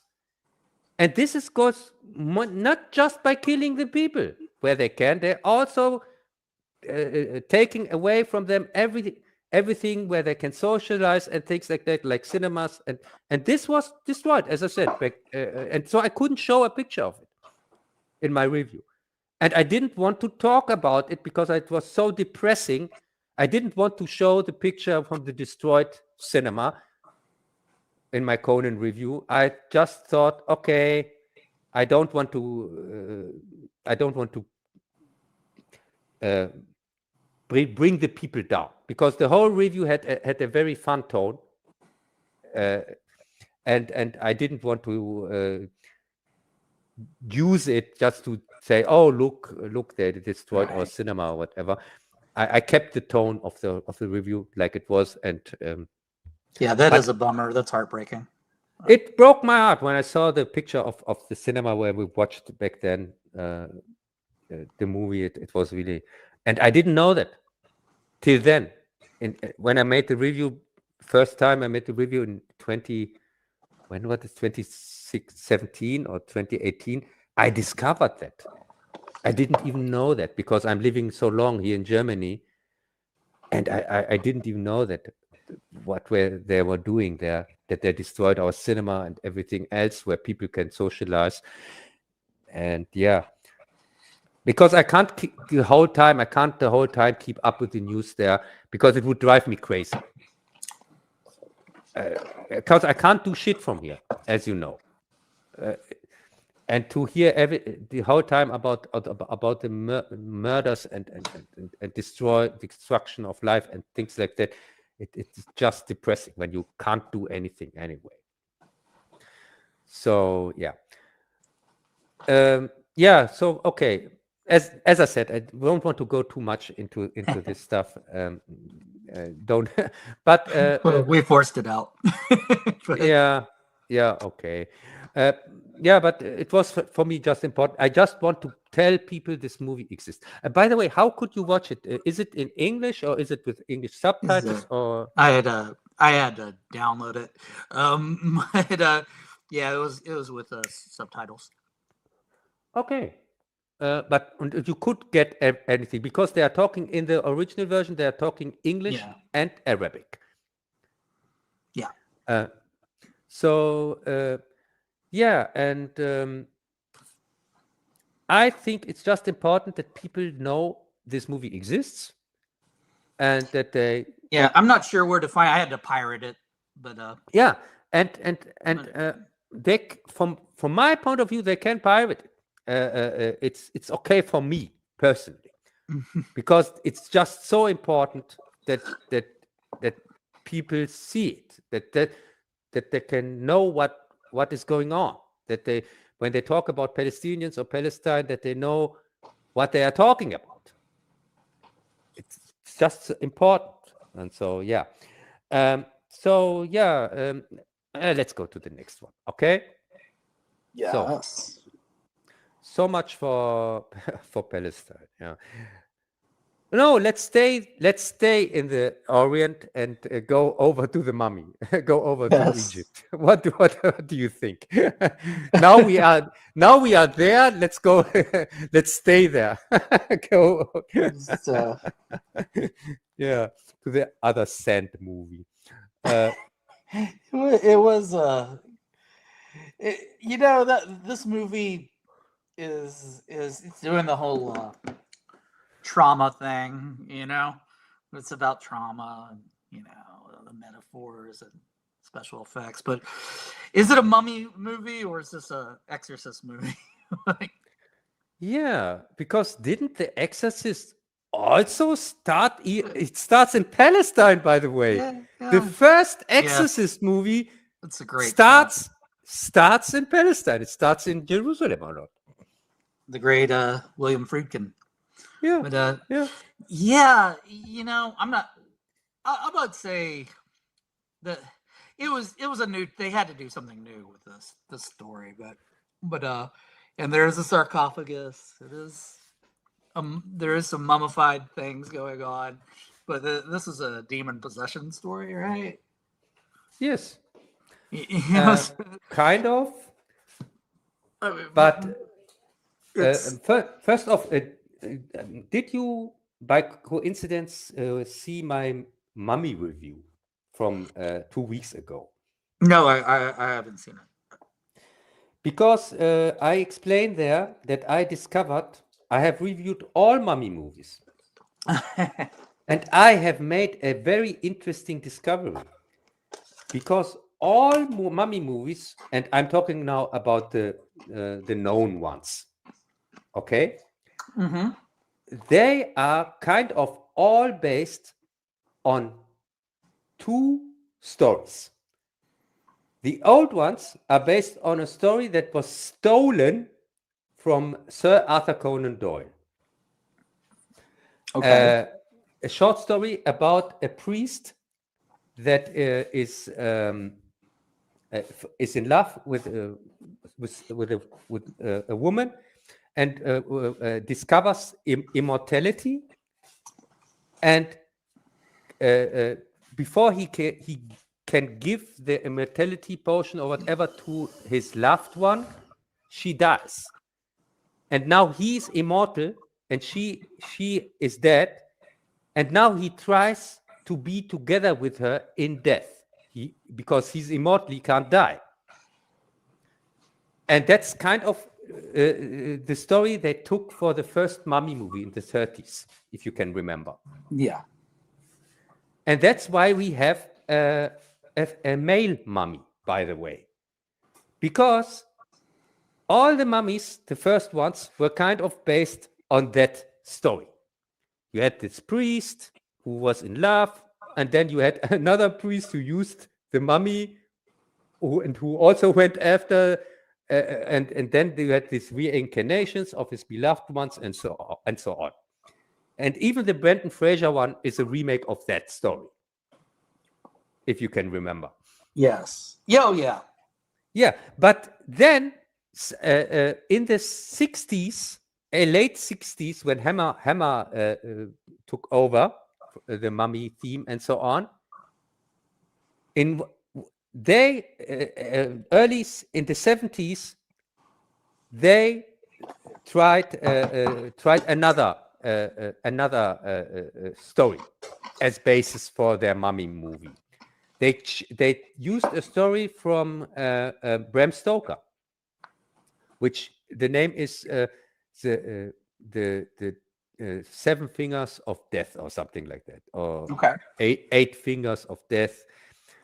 And this story is about a female mummy. In this story, a female mummy wants to take revenge, and she does so by possessing reincarnations of her. That's kind of the story. Okay. You had the first incarnation of that of that story you had in the a movie with Charlton Heston from the 80s or late 70s, and from then on, it's kind of strange. This is a discovery I made by reviewing all mummy movies. From then on, this was the basis for most of the mummy movies. And that's the reason why you have all these female mummies. Because now you had these two stories.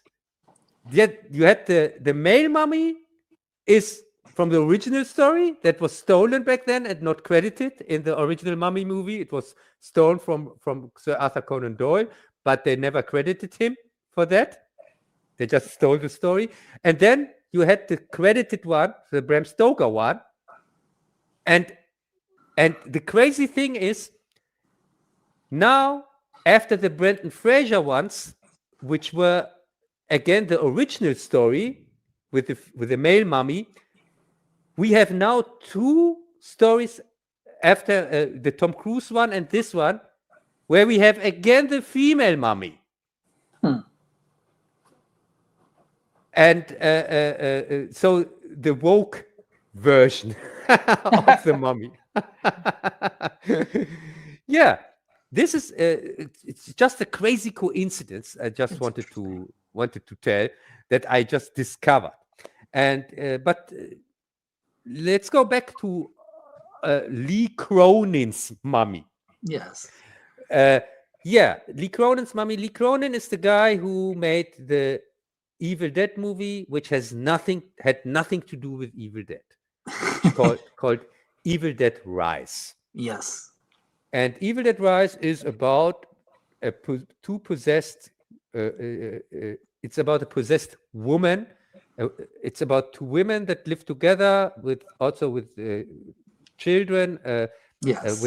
With female children, and one of them is a trans kid or something like that. That's true. Yeah. So kind of very female-y thing, this whole Evil Dead Rise thing. And it's about a woman that gets possessed, and also the children also get possessed and things like that. And it has nothing to do with Evil Dead, but uses the Evil Dead name. And now we have the same story again. We have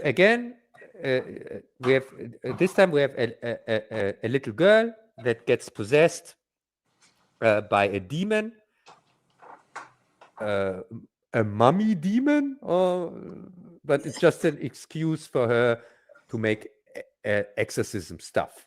Yeah, it's a curse. Yeah, or Evil Dead stuff, whatever.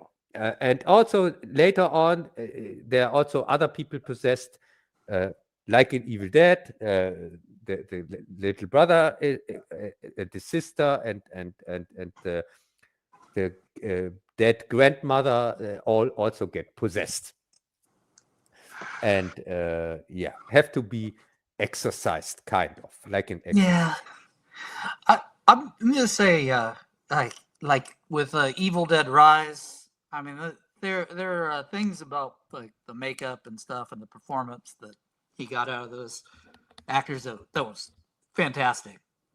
Yeah, that was okay. And, it did not end well for that trans person either. So he doesn't pull punches. He really doesn't pull. I mean, the grandmother gets it the worst, right? Yeah, he didn't seems to like grandmothers. Yeah, she gets it worst. Yes, I know, but didn't you had the feeling with this one that some things were just mean-spirited? It was just not. Just not entertaining. It's because that was I would say he's what I found was it was really uneven. Like sometimes it felt like they're doing like this really kind of fun campy thing, like at the beginning, where they have the sarcophagus open, and it's a crack, and it's just classic horror. And it's like and the big scene, and then it's all like very grounded. Even it's like she's psychologically been missing, tormented, and she looks like just awful. And what happened to her? and it's very effective that way. And then you'd have like these little scenes where she's crawling around and running. It's just like went back to that kind of the Evil Dead camp a little bit too. And then I go back to like, the trauma. And then it ends on like the campy note as well. Yeah. But it's a little bit mean. Yeah, mean-spirited. But there's another thing that I really hate with this Mummy movie, with the company that produced it. This is the third Blumhouse movie. Blumhouse tried to reactivate the classical monsters. Now this is the third time they did that. They made the Invisible Man without the Invisible Man. It's the woman who plays the main character. They used only the title Invisible Man to tell a story, which is put nowadays, where a female plays the main character, and where the Invisible Man is the bad guy.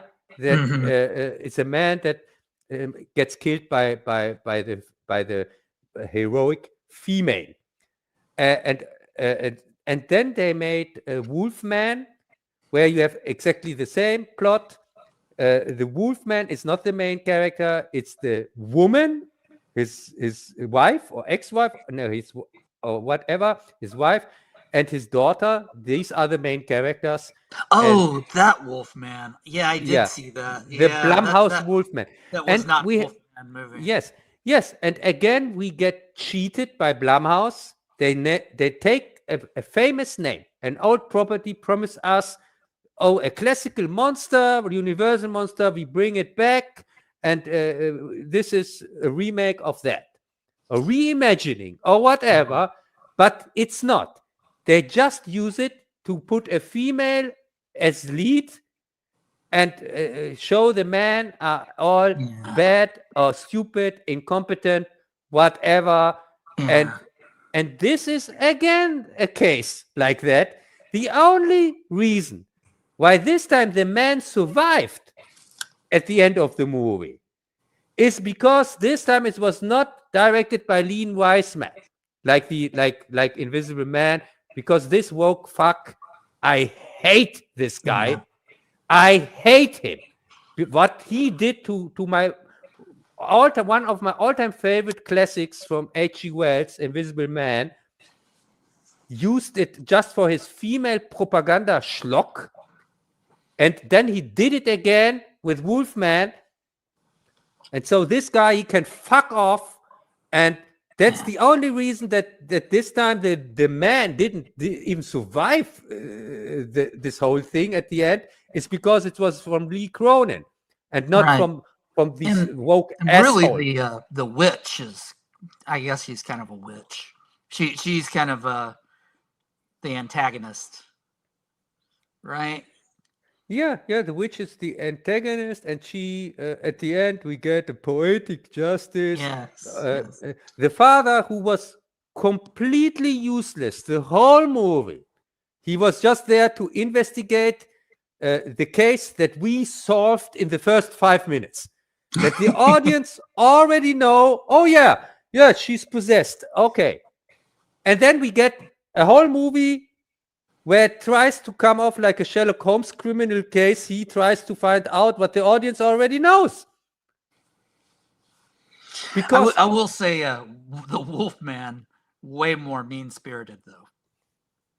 Yes, of course. I'm saying the Wolfman, and also Invisible Woman here, the Invisible Man.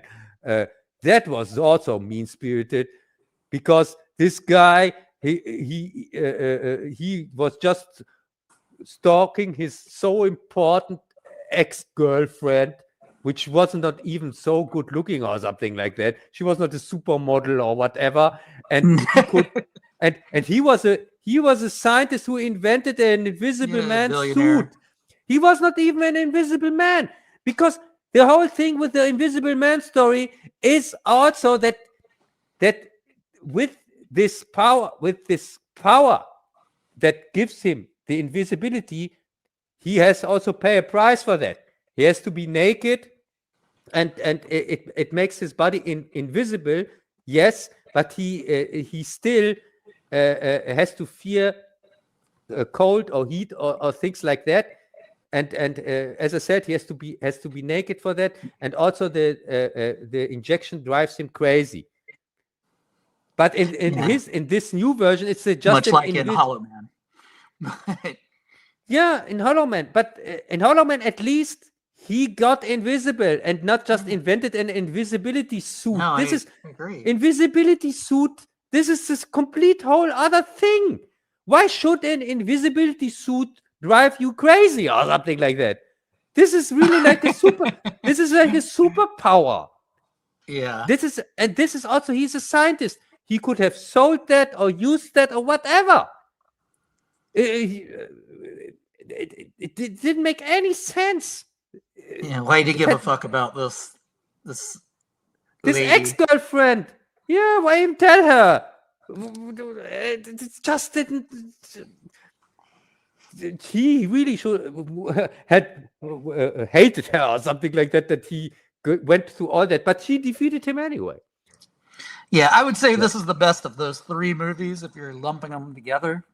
It's a one-off thing. Yes.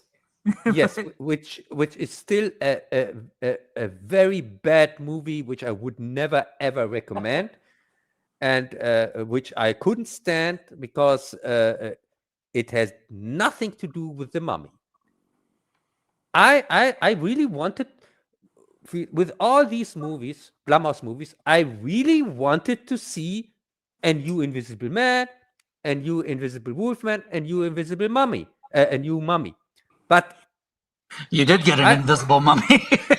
Yes, I got an invisible mummy. Yeah,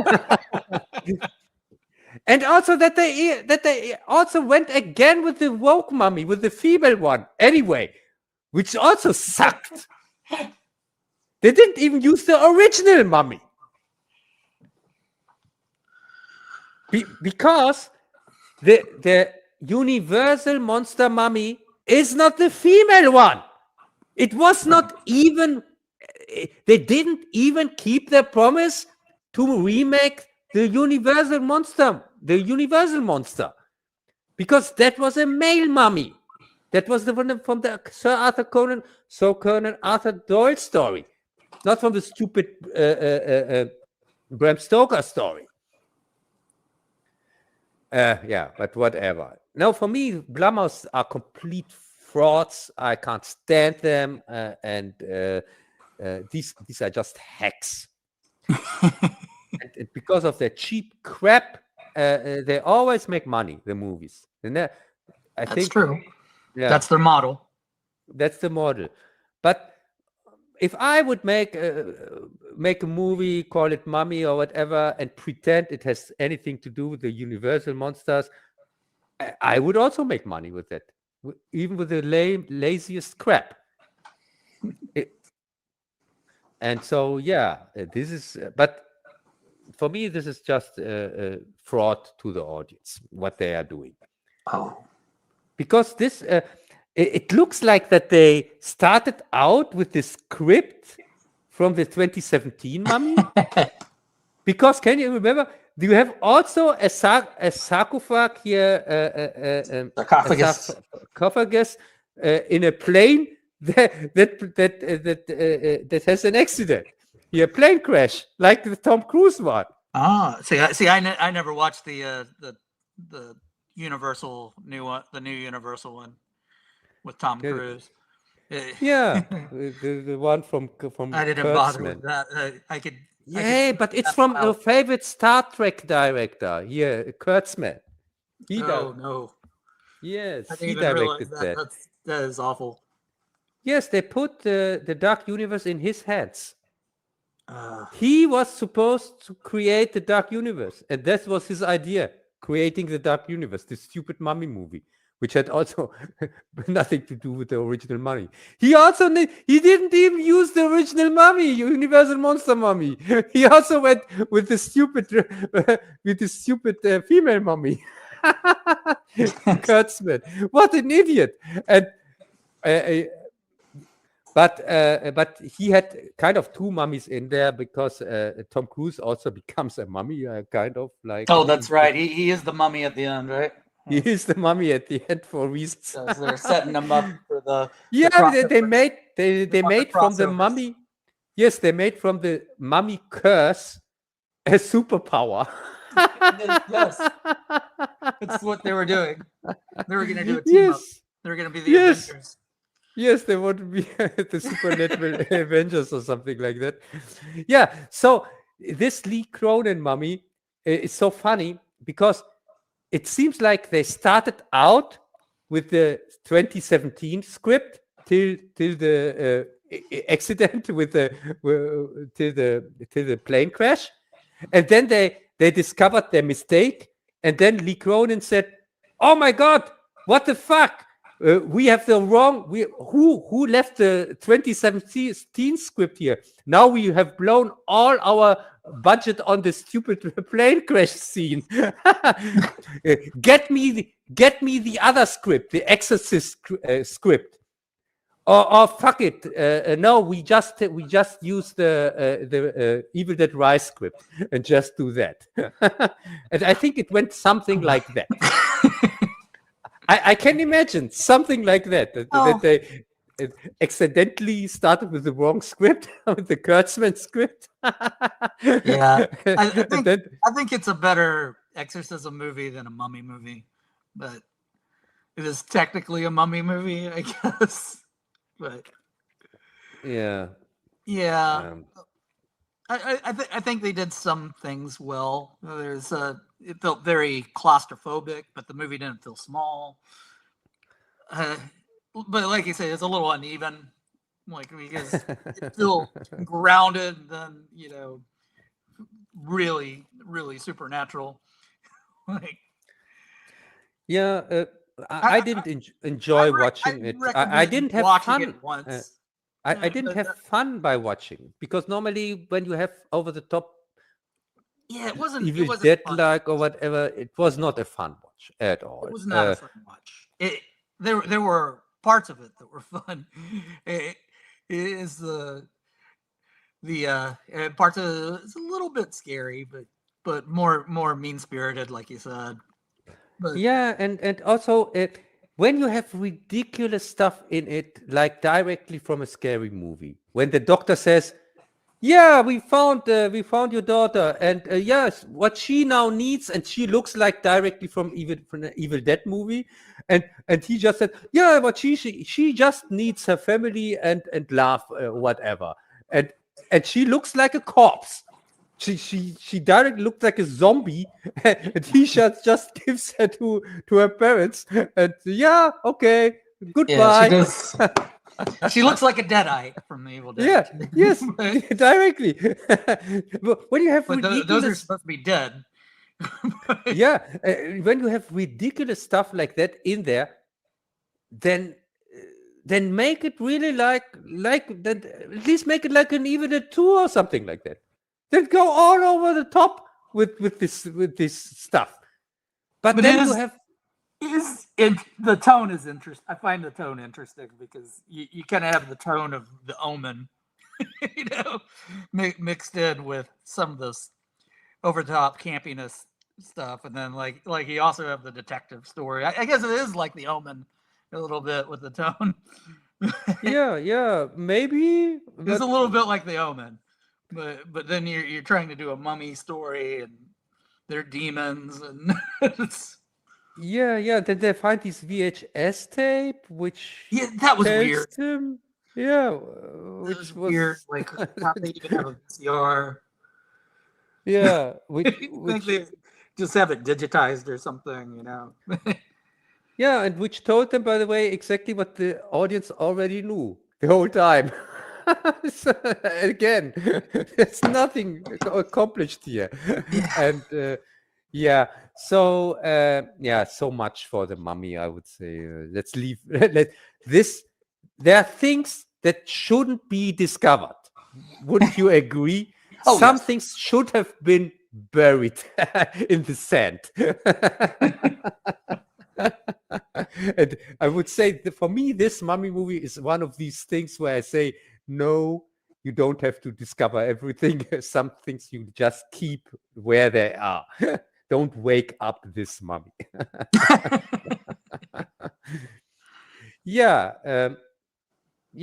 So I would say let's go to the big one, because this is supposedly was our big one, because in the title it says Cup and Mike meet the Mummy. And I have even put a scary face behind the Mummy, like as you see. Yeah. So because it was so scary, this Mummy, that it scared even Greg away. And now his brother has to jump in. It is an invisible mummy. Yeah, an invisible mummy. Yeah. So because first Greg was in the title, and now his brother has to jump in because the mummy was just too scary. So let's go to the new big one, which is of course Michael. The big success at the box office, but the big failure with critics. So what do you think about Michael? I like I said, they were never going to do a in-depth, controversial biop with the estate of Michael Jackson. Never get to use his music and all that stuff. So they literally had to go the way they're going. And they're going to have two of these movies, and they're both going to make $1 billion. So, but it's an official biography. That's true. But is it? Is it though? Because when you start a movie about Michael and you leave out his sister Janet, for example, because when people watch this movie and think, oh yeah, this is about Michael Jackson, and you would ask them and they would say, yeah, there were six children. But who is this Janet Jackson imposer, who probably a fraud, who pretends to be also related to Michael Jackson? It has to be, because I saw the biography. There was no Janet. There was LaToya, but there was no Janet there.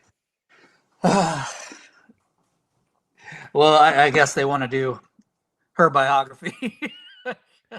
I don't know. Yeah, but how can you leave out one of his sisters?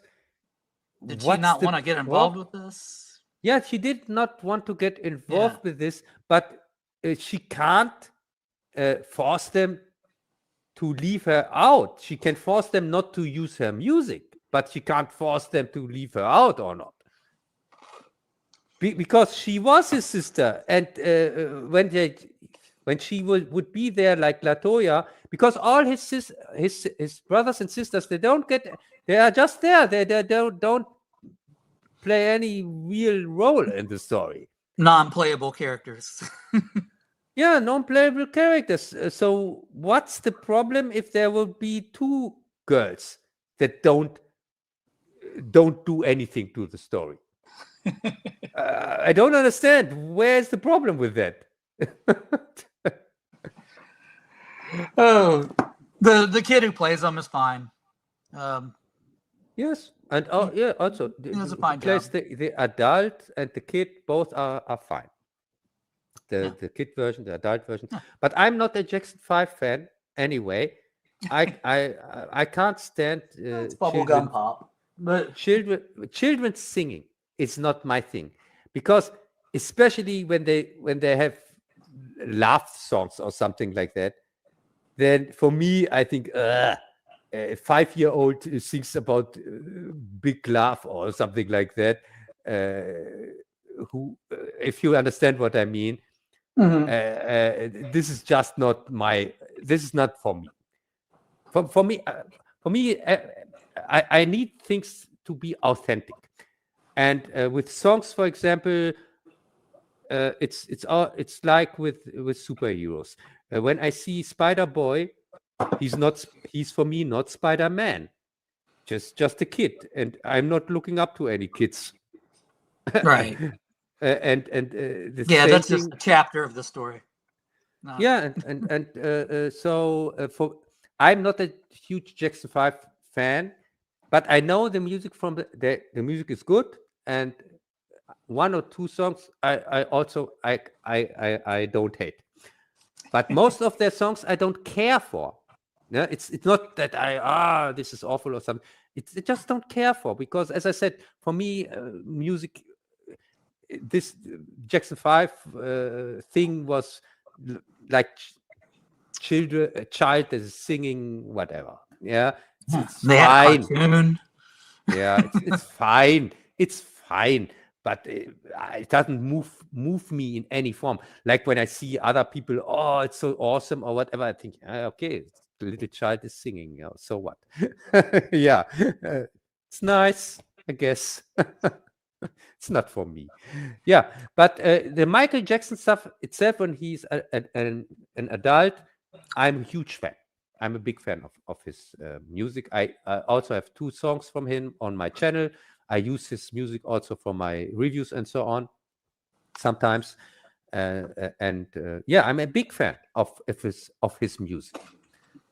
Not every song, but most of the songs. There's only one song from him I can't stand. One song. And it isn't even in the movie, of course. It's the last song in the movie, the bad song. It's the only song from Michael Jackson I hate.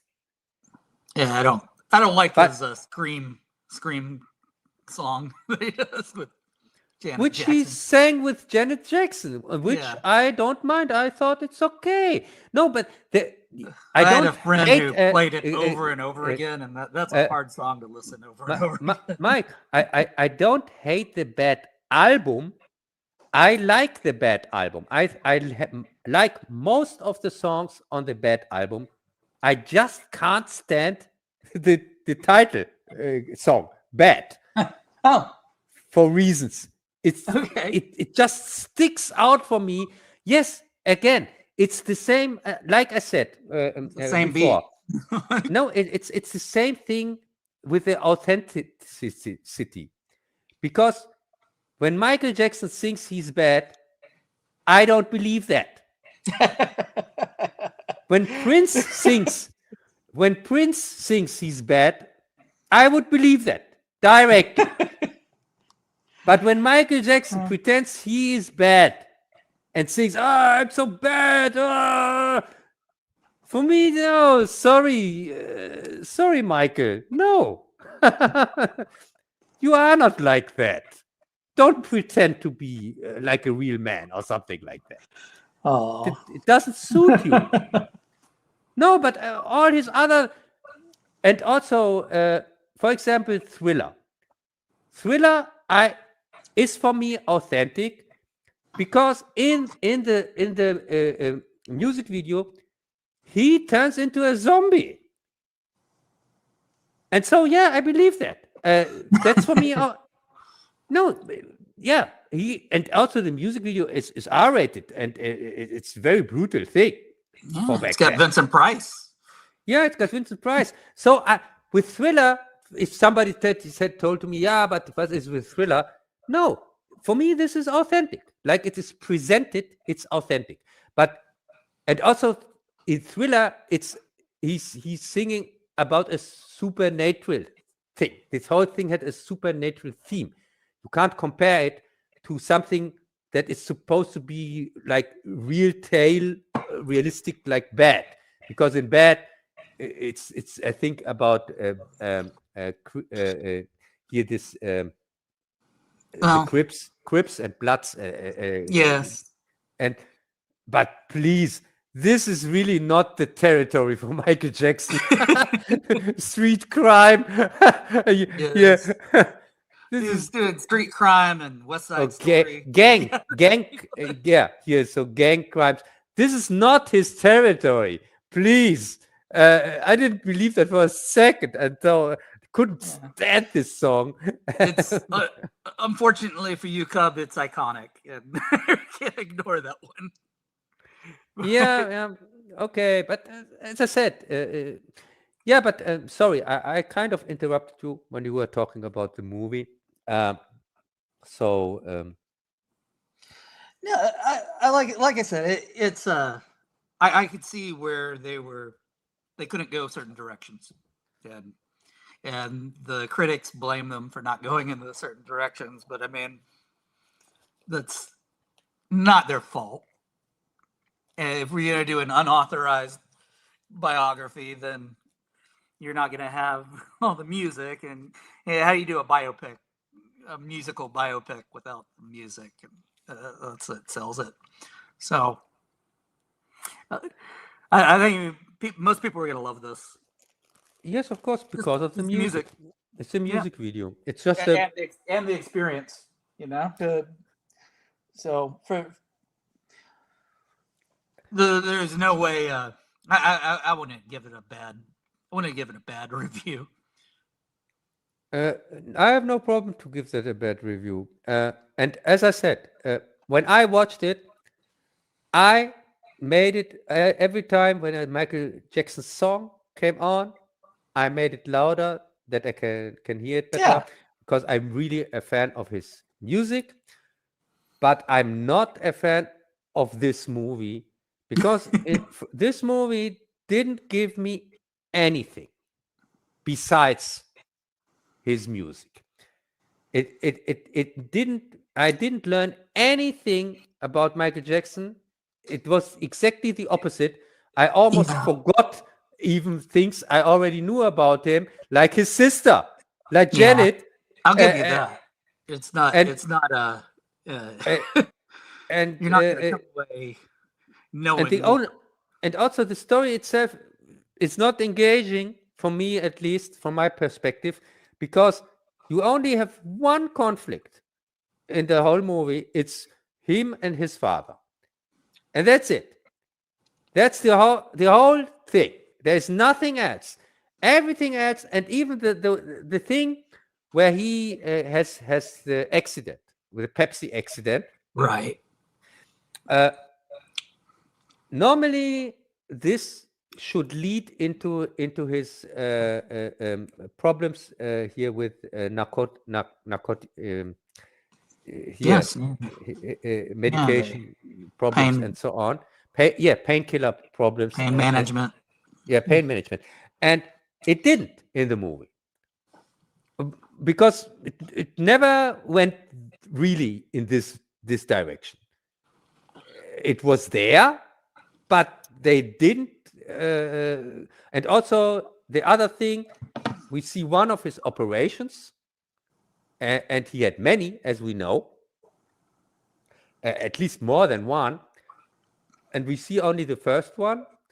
And also we get a mentioning of his problem with the color, the skin. Yeah. And that's it. And it skips so often over years. You also don't get the whole Jackson 5 story, by the way. It skipped 10 years. And then that's it. So I know they're gonna do a second movie. I don't know if they're gonna go back and cover some of this stuff, but I'm not, like I said, like you said, they made it about the music more than an actual story. Yeah, but why if you're looking for some engaging biopic story, that's not what that was not their intention. Yeah, but why should I care for a second movie when they fucked up the first one so hard when it comes to the biopic stuff? Because it's just see this reenactment of his music, I guess, in the big screen. Yeah, but that's it. how the hell are they going to ignore Janet Jackson also in the second one? Yeah, and the allegations and all that stuff. Yeah, the allegations, but the thing is, you can't ignore that in the second one. Yeah. But if and all the plastic surgeries and the weirdness. And and also it should be a very interesting story. You're right, but I just don't think the estate would ever let them. Hey, did you get that this movie plays in the Bohemian Rhapsody universe? I did not. Or they have some crossover from the agents and stuff. Yes, Mike Myers plays the same role in both movies. So this is clearly the they did the same thing in that movie. Yeah, so it's clearly the Bohemian Rhapsody cinematic universe.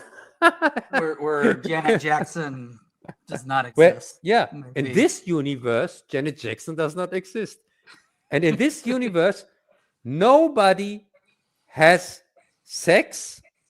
Nobody has even a girlfriend, a boyfriend, anything. In this movie, in this universe, everything is completely sterile. There's nothing. Who's gonna play Lisa Marie Presley in the next one? I don't know. Mike, I have the feeling that they have put themselves up against a wall or drove themselves into a corner, or what you say. Because there is no easy way out from this one when they want to do a continuation. Or don't you think so? True. Well, the only thing is, like, all I'm saying is that's not going to be the focus. The focus is going to be the music, and the entertainment's all in the music, and maybe you get some crumbs along the way. Or do you think we get a Joker 2? Joker Boogaloo. Here. Because as you know, Joker 2 is completely different from Joker 1. It's complete the opposite. So no music? It's gonna be it's gonna be no music in the second one. and we have and also in Joker we have really kind of like a Joker situation, because Joker was also a surprise $1 billion hit. That's true. And but this isn't a surprise. This won't be a surprise. Okay, it makes $1 billion. Because it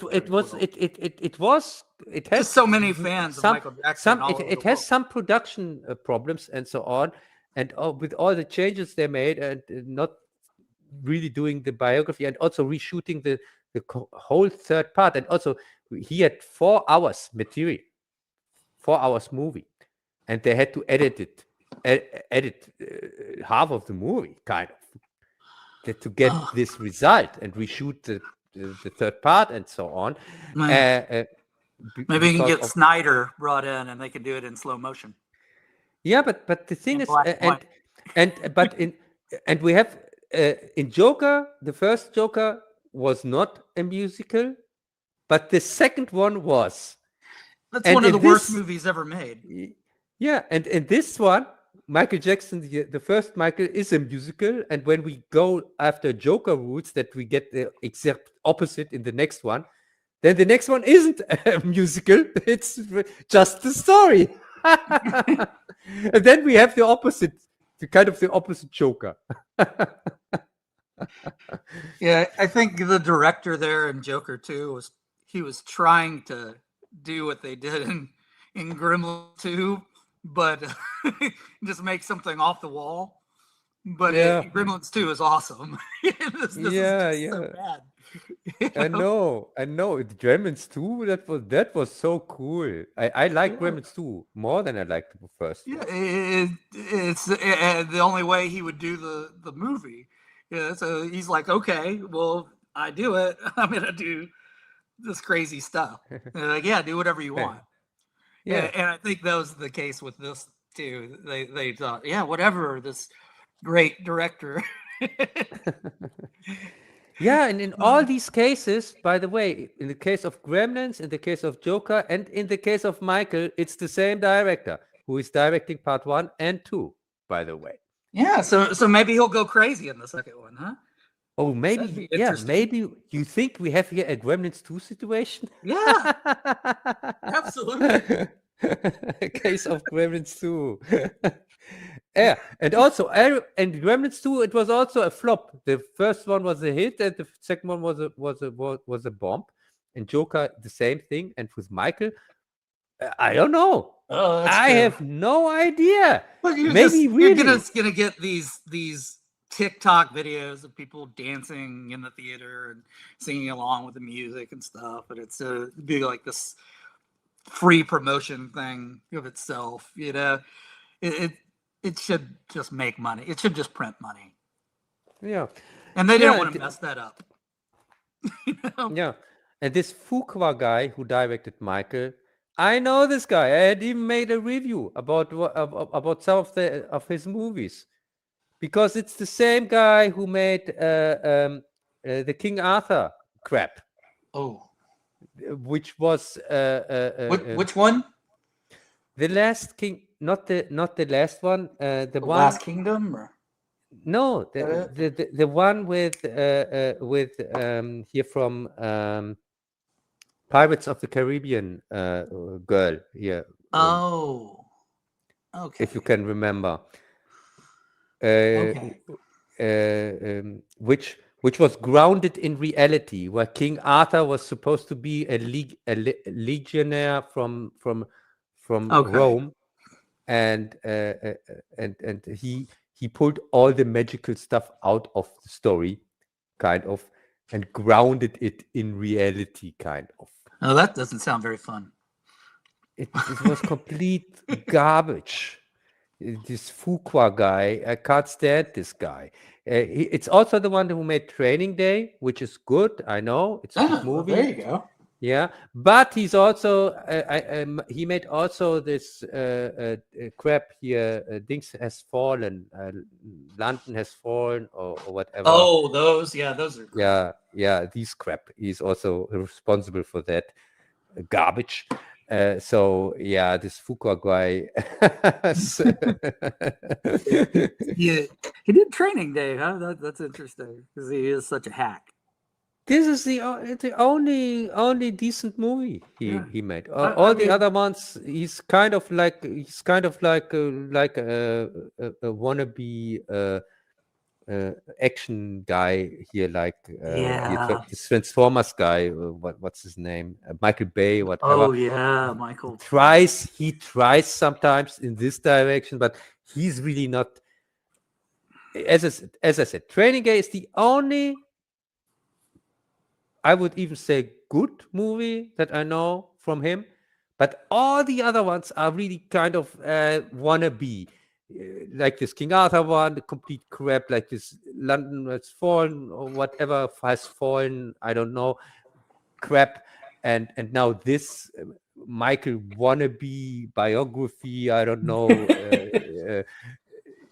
Well, no, it's a connected universe now. No, I didn't know that. Yeah, you think bring all these guys back together as the Avengers. Yes, you think that Michael and King Arthur are in the same universe, and also here the Queen singer, Freddie Mercury. They're all in the same universe. Same universe, is different time period. Yes, and it's the same universe like our universe, but in this universe, Janet Jackson doesn't exist for a reason. That's the only difference. Maybe our kids from Nirvana change things when they.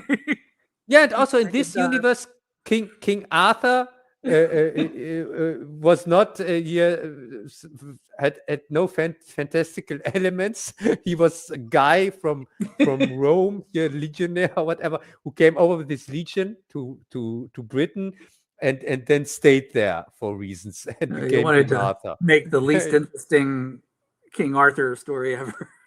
Yeah, the least interesting King Arthur story ever. Yeah, and so I would say so. Would you recommend Michael? Well, I'm not recommending it. I'm just saying I understand why they did what they did. I don't know what universe exists where they're gonna make a good, like, engaging Michael Jackson biopic with conditions, you know. Yeah. I was wondering that they even make one because I wouldn't have made one. Well, this is what it looks like. It's gonna make money, and it's just not. It's just gonna lack that story.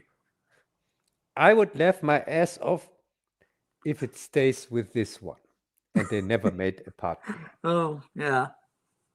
Well, they have that footage, so they're probably gonna try to piece because we have here exactly the Joker situation. You have a movie that kind of surprisingly is going to make $1 billion, like Joker, of course. And then they're gonna release them all together. But if it makes $1 billion, if it makes a billion, I can tell you they would say, "Oh my God, we are so glad because we had these reshoots and changed things from the story and so on, and that it still made such a huge profit." And then you have really kind of like a Joker situation. And the most clever thing that they could do would say, okay, the next one, it just can go downhill from here. And just, I don't want to do it. Just take the win and run. They don't know that. These guys are greedy. They don't know how to walk. Hey, they just get the guy who made Joker 2 and tell him, can you do another Joker 2? This one's supposed to be a musical. Yeah. It's a musical, like Joker 2. You can also put Lady Gaga in there. We are sure nobody. Michael Jackson a musical, instead of trying to redo content, things like that. Tell a story. Just make a musical with this music. Yeah, like Moonwalker. Yeah, like Moonwalker. Moonwalker exactly. was a musical. Yeah, and it was also about his life. And the funny thing is, Moonwalker, you get more information and also more intimate information from Moonwalker, which Michael Jackson himself was a producer on. Sure. And so it was more of a. It was a passion for project. Sure, a puff piece for him. Yeah. But you still get more information and detail of his life than you get in this biopic. Because in Moonwalker you also get pebbles and so on, and he also makes fun of it in Moonwalker. At least he mentions that mentions the articles. You can see them there about his white skin and so on. So he goes more. He tells us more in Moonwalker than we see in his biopic. Moonwalker was supposed to be a fantasy movie, right? Yeah. Yeah. So much. I would say so much for Michael. The Wiz. Yeah, The Wiz. Yeah, that would have been cool. And also, The Wiz was exactly in that time. Yes. Yeah. Why did they leave that out? I don't know. The Wiz is awesome. Why would you not? That's so interesting. Yeah, and by the way, wasn't The Wiz Michael's first cinema acting role? Ooh. It Did had they to be do or their own not? voices in the cartoon? Like, No, but I mean cinema but acting sure. Yeah, for I think cinema so. in a cinema movie, a feature film was The Wiz was his first acting role. Because Yeah, I when think I you're right. saw The Wiz back then, I thought, oh my God, this is Michael Jackson. He's playing the Scarecrow. And it's awesome. Yeah, and it's awesome. Yeah, it's Awesome. great. Much better than the original Wizard of Oz. Yeah, but the thing is, yeah, and so, but this was exactly this time. I think this is an important information. Yeah. His movie career or not. Whoopsie. Yeah. So yeah, now you are mentioning that. And also when he worked together with Paul McCartney and things like that. Yeah. Well, that's a sensitive subject, right? Because he got all of his music, right? I know, but yeah, that's interesting. Maybe that's for the second movie. It's a sensitive subject, but it's not that as sensitive in the form that you can't talk about it because it's not illegal. He just was. Oh, it's actually interesting. But they're, like I said, they're playing safe. Yeah. But this is the time where where this movie could have won me over. Yeah. By mentioning things like that. The Wiz would have won me over more too. He worked together with Paul McCartney and things like that in some music tunes, and also with Stevie Wonder and Diana Ross and so on. Just to see him recreate the makeup on stage for that ridiculous movie.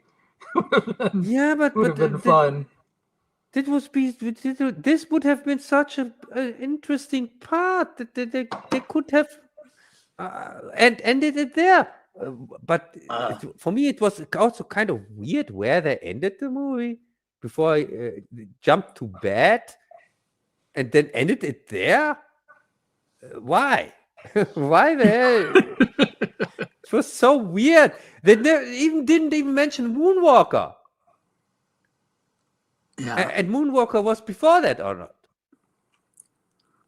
Oh no! Wait a second. Yeah. Maybe they're trying to be meta. Yeah, it's a bad ending. Don't know. So they literally end it with bad. Yeah, maybe.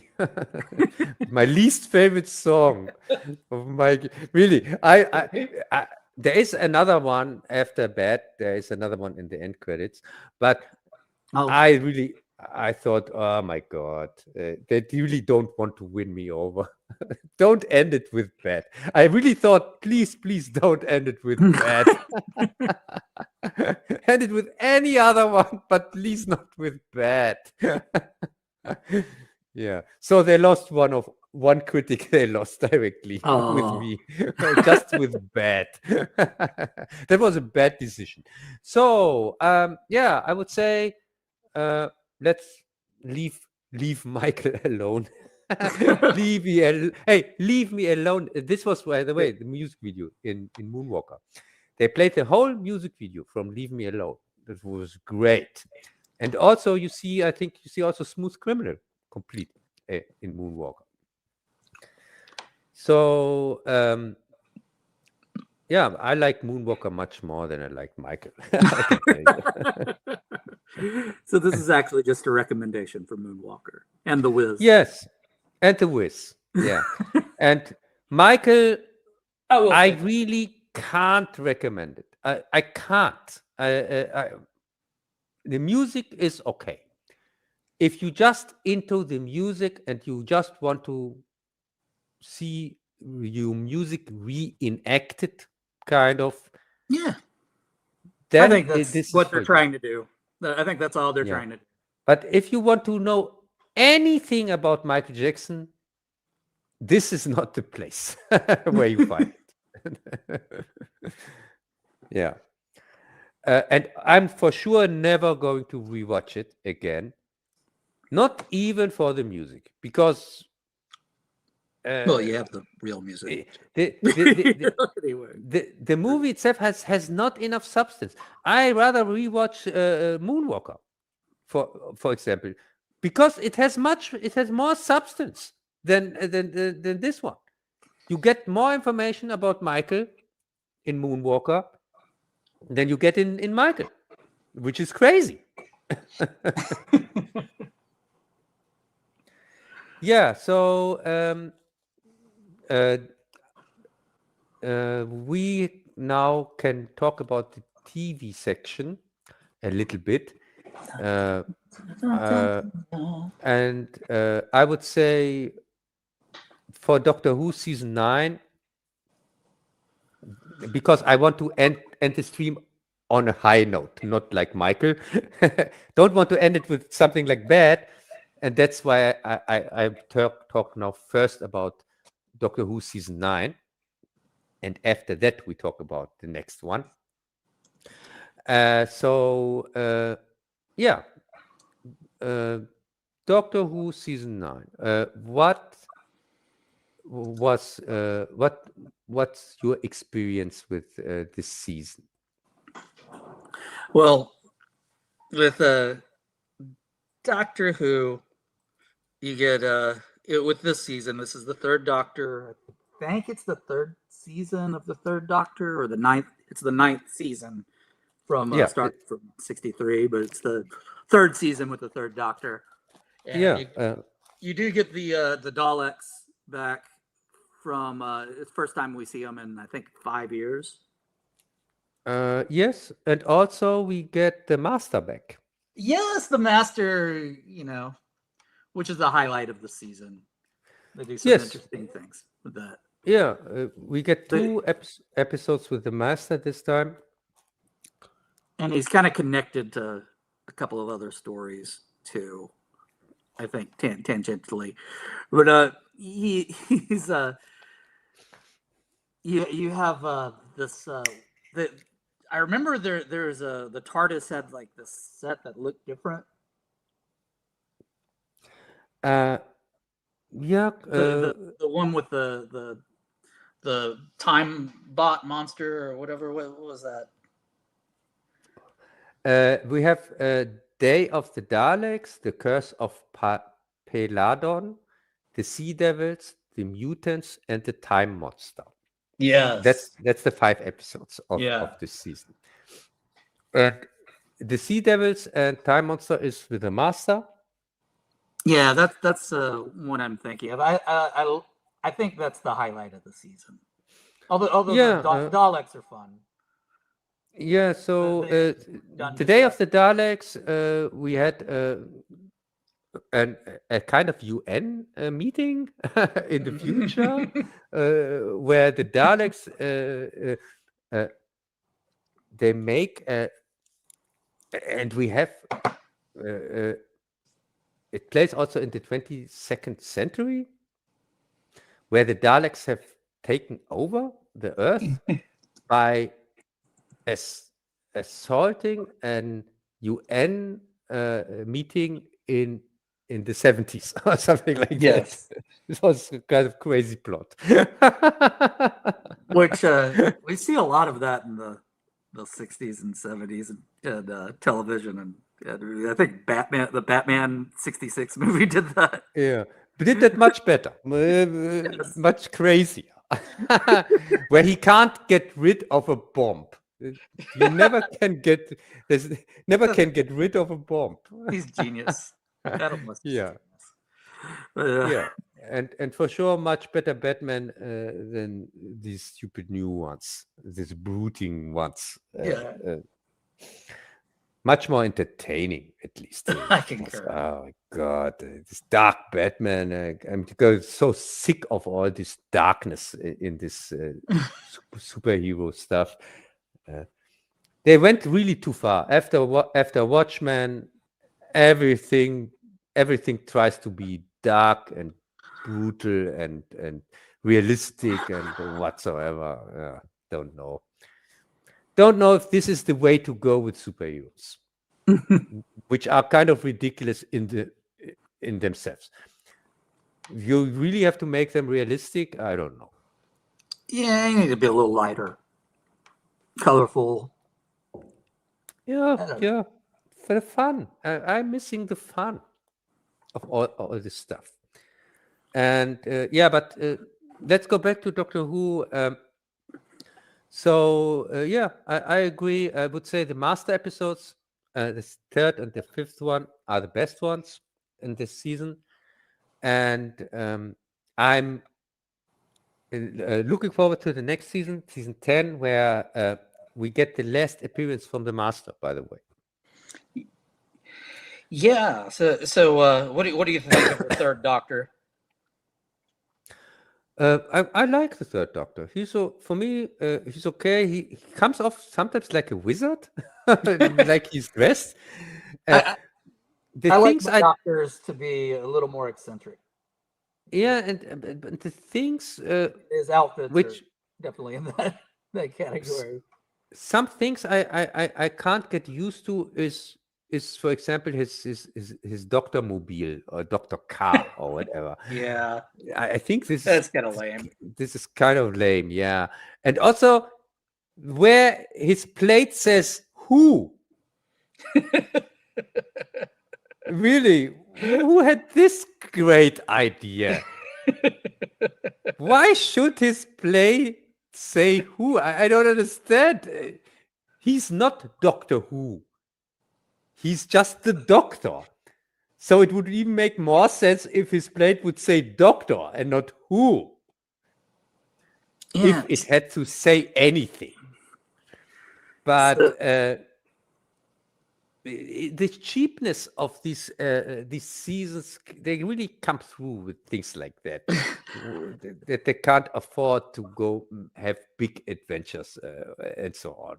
Yay, but they could afford to put it in color finally. Yeah. Oh, yes. We didn't mention that. So this is the first time we see the Daleks in color, unless you count the Peter Cushing movie.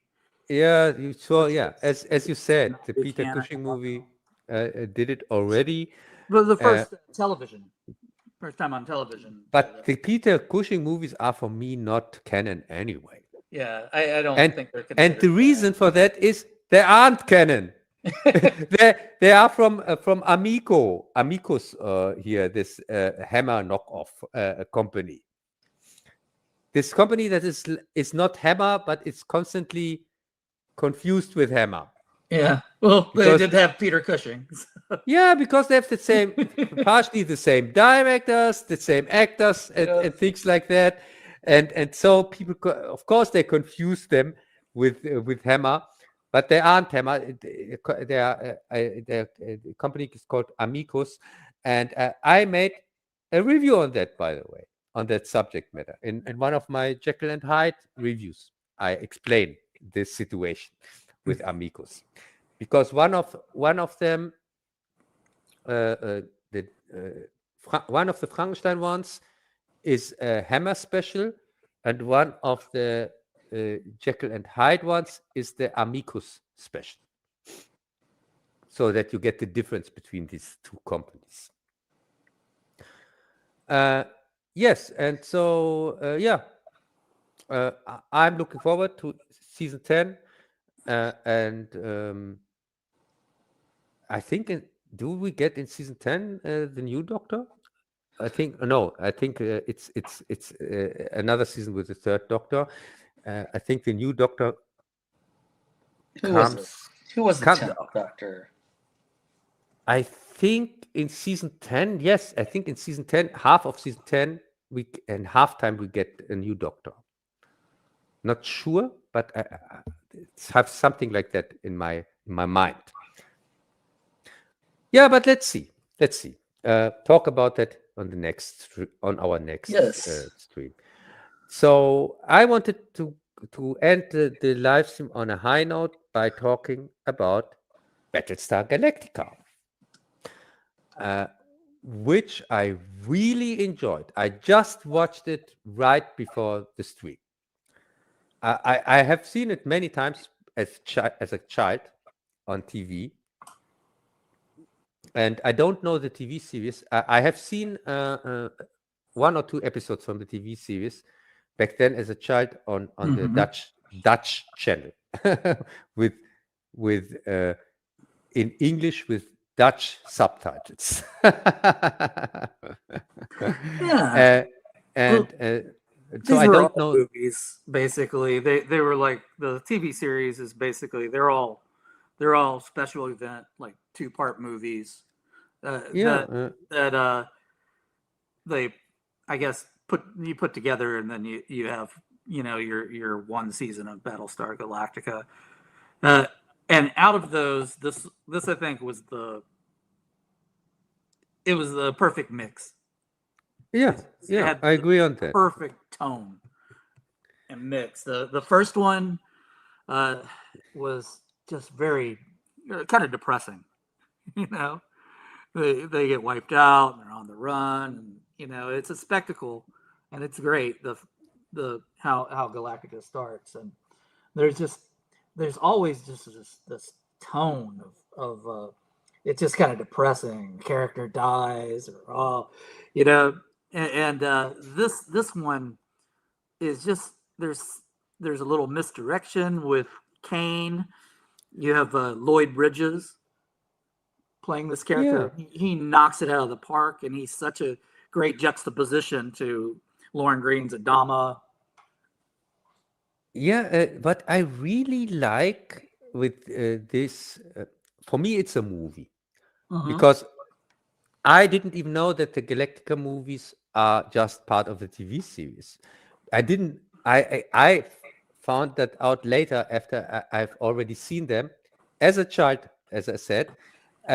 But still, for me, I still thought the TV series is its own thing, and these movies are movies. And it took really a time after that I discovered that these movies are also just the TV series. Yeah, this is episode 12 and 13. Yeah, it's the same like with the Spider-Man movies. Yeah, it's much better.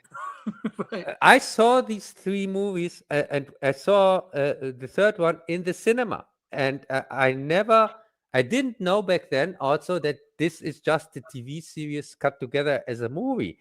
I didn't know that. I thought these were real movies for the cinema as a child. Well, it's shot on film. That's why they didn't continue the series. So it was very expensive to make. Yeah, and it doesn't look cheap, and they're trying to do so well. Star it's Wars. Crazy how this movie holds up better than anything Star Wars after the originals. Then this new Disney stuff, anyway, it's unwatchable crap. But also as the prequels, I watch Battlestar Galactica over the prequels anytime. Because for me, this just looks better. Because of all these practical effects that they use in this the TV series, or for me this movie, it looks just better. Even I can see back then it was exactly the other way around. Back then, I compared it constantly to Star Wars, and of course, when you compare it to the original Star Wars, it doesn't look as good as the original Star Wars. Of course, it can't keep up with that. But if you compare it to everything after, what is so-called Star Wars, and I even also say, for me, they look better than the prequels, because the prequels have also so much CGI in them and so on, that I watch Galactica over them anytime. And also I can't stand the prequels. They look better now. After the sequels. Yeah, and also Galactica is not so much so tainted like what Disney did with Star Wars. Right. I don't want to see anything Star Wars in the next years, for the next 10 years. I don't care. Not even for original Star Wars. Because every time it reminds me how sad everything got. And this Mandalorian Grogu thing, I think, is going to bomb so hard. And I hope then finally, and after the Starfighter disaster next year, I hope it dies. It dies, it goes away. Star Wars is dead. But Galactica has a chance. For me, it's still a future. Oh yeah, there's a future. They had a great reimagined series. Yes, I know. Which had a different take on the living legend, but they did do their version of Kane. This is just he comes across as an antagonist. He's forcing him to actually fight the Cylons, and but it's like, is he wrong? They're always working against it. There's just such good conflict in this, and of course he becomes the hero at the end. Yeah, but the thing is, he took a chance with ignoring an order and destroying, because his mission was to get the fuel, not to destroy it, which he did. And so he kind of, in this case, he kind of ignored his orders or his mission because he wanted to get Adama to attack together with him the Cylons. And this was a stupid mistake to do that, because he really put the whole fleet in danger with that. And then he took responsibility, and when he was here from Obama, when he got out of his control, or what you call it. They relieved him of command. And relieved him of command. That's a wonderful scene. He did not act. Made a rebellion like we saw in Star Wars in The Last Jedi. Yeah. If you can remember. Yes. Because we have there also some kind of a plot like that. And there you see a rebellion. Instead of taking responsibility. And it's just to see that. And also his man also didn't rebel, didn't make a rebellion. And this was for me kind of surprise when I saw that back then. I thought, oh, okay. Because after that, when the situation changed, then he was again in command, and Adama trusted him again. And the reason for that, of course, is because he took responsibility for his first wrong decision. I really, it was refreshing seeing that. It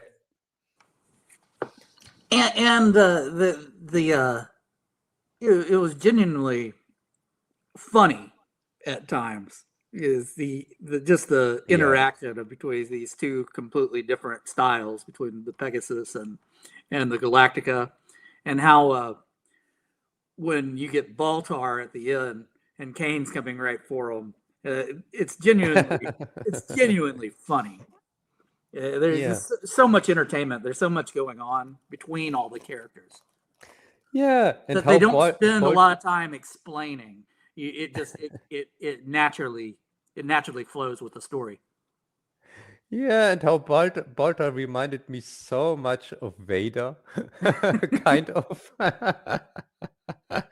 Because if can you remember in the first Star Wars, or in Star Wars, Vader is was it in yes Or in Star are you Wars? thinking of Peter Cushing? Actually, No, in Star Wars, Vader is in one of the attacking oh yes, fighters. oh yes, Yeah, and the only reason that he survives is his ship doesn't get destroyed. It just goes bounces off into another ship. bounces off. And yeah, and you had kind of like the same scene in this one, or not? Well, In Galactica. he kind of well, Star Wars Han shoots the other ship, and it crashes into Vader and keeps him from killing Luke.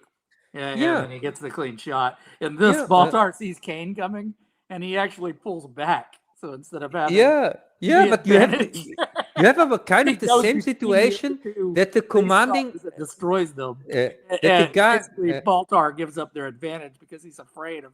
He knows if they destroy the Pegasus, he's gonna make sure he takes Baltar out. but I mean the thing is that Kane knew that the guy in command normally doesn't go on missions. He has to stay on the ship, and so that so you had the same situation where he wanted to be there. He wanted to put the death knell in a out of nowhere. Vader is one of the pilots, or is one of the ships, and like on Baltar out of nowhere. No, I'm going with you. And oh my god! I thought, oh my god, this is exactly like Star Wars. It is, except that Baltar is more cowardly. Yeah, and that's genuinely funny. Yeah, he pulls back, and it costs them 2 base stars because he knows that Adama's going to take him out no matter what. Yeah, he's really like comic relief, which makes me think that if they actually did attack with the 2 battle stars, they could have actually won without retreating.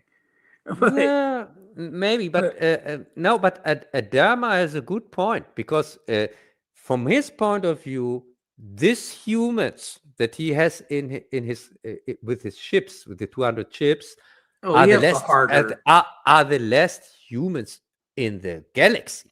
He has a harder responsibility. He has yes, to risk that for anything would be irresponsible. He knows, and so I completely understood the position of Adama in this situation. No, even Kane agreed at the end. But which made him really sympathetic. And of course, at the end, he had to pull again his going his own way and so on, which was fine. I was fine with that. He's like, don't make my last act to be a sign of defiance or whatever. Yeah.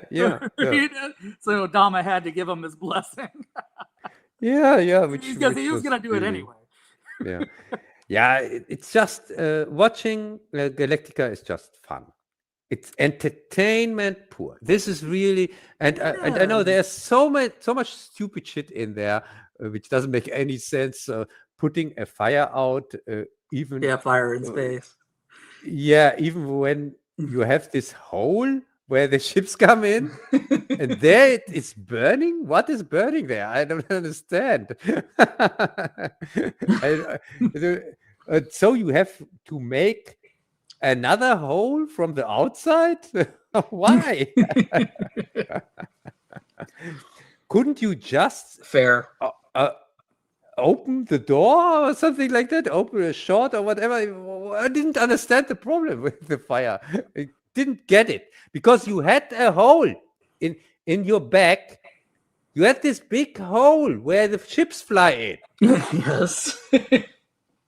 You think the vacuum of space would help put out any oxygen for the fire? But... And they don't have any shields, I think, in Galactica. Or not in this version, no. No, they have solid shields, really from steel, not shields, not right. Electronic shields or something like that. But of course, thanks to that, we have another similar situation like in Star Wars. In the Galactica universe, because they don't have any shields, of course, the ships can ram each other. That's right. But they can't in Star Trek or Star Wars.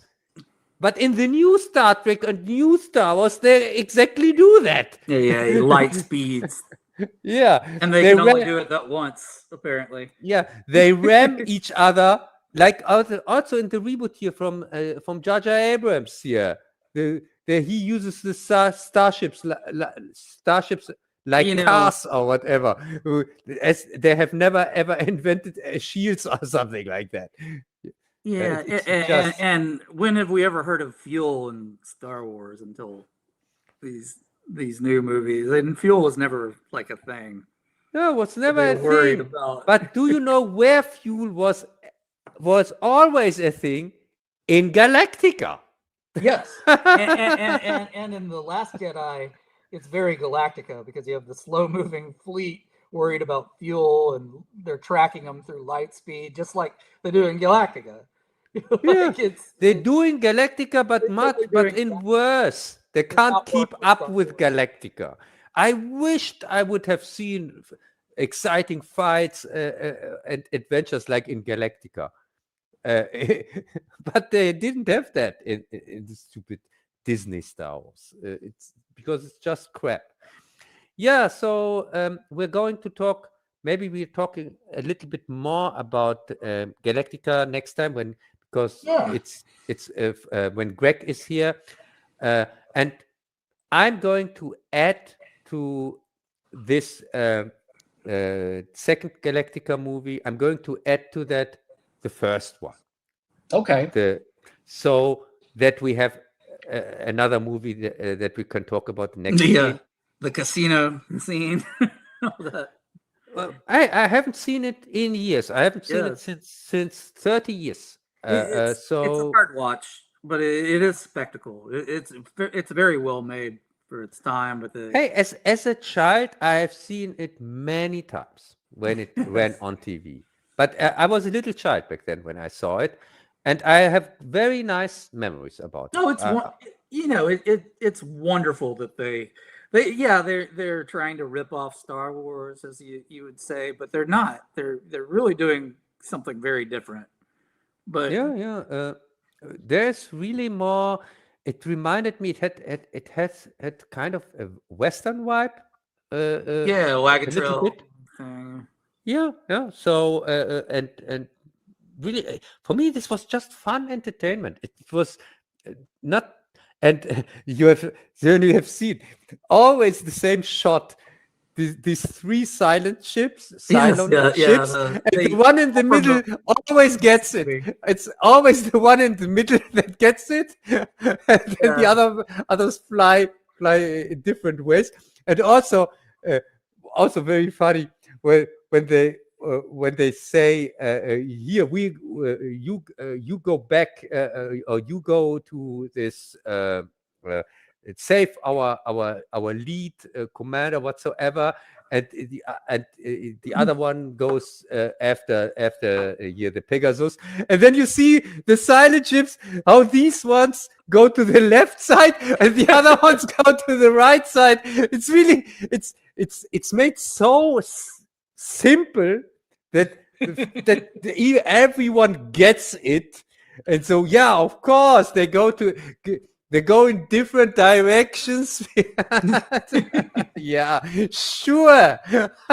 They spent a lot of money on that first movie, so they reused a lot of the battle shots. Yeah, yeah, but which is okay. Which But is it's great, and yeah, yeah. there's definitely some other episodes worth mentioning. Which I The haven't seen. I haven't seen the TV series, and I Ice Planet, try. the guns Uh, at Ice Planet Zero is a good one. I think you'd enjoy that one. But yeah, I think these action ones, like this one, they are rarity or not. Most ones, I guess, they are much less action or not. Well, there's there's a couple of lame ones Because the one that I saw back then on the Dutch channel, it was about there was a man and a little boy, and I don't know some exactly, but it turned out that the little boy was the adult and the man was the child. Can you remember this episode from Galactica? Are you thinking of Galactica 1980? Maybe. Yeah, Maybe I'm confusing that was there supposed to be because there Bob. was also one episode where they were on a planet, and on this planet there were people looked like apes, but they were not apes, but Ooh. they were like everywhere hair, Okay. like animals. So, You but they know, were not. they even had an episode where there was kind of this implied human Cylons, which is a theme of the reimagined show. Yeah, but Mike, the episodes were in English, in black and white. We had them back then, just a black and white TV, and also not good quality because we had to watch things from the antenna, from the what you call it, where you have this picture that looks like ants making love to each other. What you call this picture? Do you have access to the full season? Yes, of course. I think yes. But the thing is, and I had Dutch subtitles, Nice. and I don't speak Dutch, and back then I didn't speak English. So this is just what my memories as a child, what I can tell you about these episodes, where I saw a few scenes of. So yeah, but I try to rewatch the whole series till next time. Okay, so Saga of the Star World will be that's the first movie. Yeah, and so for next time, but as I said, that we're going off to put. We can put all three. There are three movies of Galactica, or not? Oh, like I said, I think there's several. There might be 4 or 5 two-parters actually. I know about 3. Here in Germany, there were 3 released on. They were, like I said, they were re-edited for a 2-hour movie.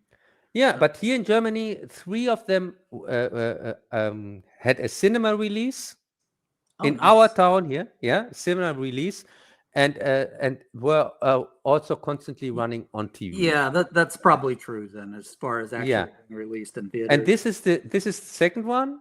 And the third one is the one where they come to Earth, End of an Odyssey, it's called. Right. Where they arrive on Earth, but Earth is not ready, and so they had to prepare Earth. Yeah, that was first. Galactica 1980. Yeah, Galactica 1980. Yeah, and there was also a child that was very smart, but I'm not. But the episode I was talking about was another child. No. Yeah, and I also know that this is considered the worst one. This Galactica 1980. Oh yeah, they had one good episode where they brought Starbuck back. It's called The Return of Starbuck. So that's the best. That's the best one. It's what the show could have been. But aside from that, Yeah, the show it's laughably bad. Okay, but let's see. We have 2 months. I have 2 months time. Maybe I can catch up till then on the whole show. But I'm going to catch up on the 3 official movies, or what we call your movies or whatever, that we can at least talk about them. So the next show is going to be 5th of July. I think 4th of July is kind of a big deal in the US. Yes. It's your Independence Day or not? Yes. Hey, I know that because I saw a movie from a German, from Roland Emmerich. The great old now, yes, he made the ultimate Independence Day movie for the American movie. The German fag, by the way. So no, this is not. No, this is true. It's not a joke. Oh, Roland. Yeah, and what was his? Yeah. So 5th. Did you ever do a retrospect on him? I hope not. I try to avoid it because I really don't care for his movies. For me, most of his movies are the same. What, like Independence Day Resurgence? Yeah, he did do. I don't know. His movies are. For me, his which I made a review on, by the way. This is the one I made a review on.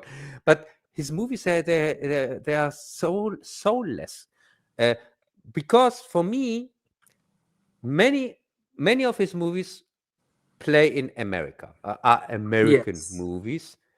But for me, he doesn't get Americans right.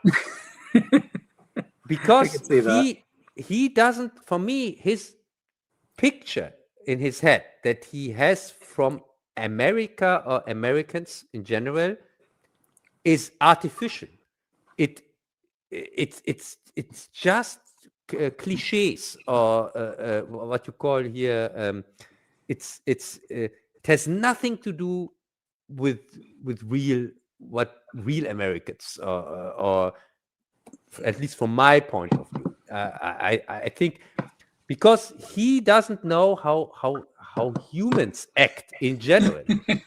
For me, he's somebody who doesn't know human behavior in general for some reason, and that's why everything he does comes off so artificial.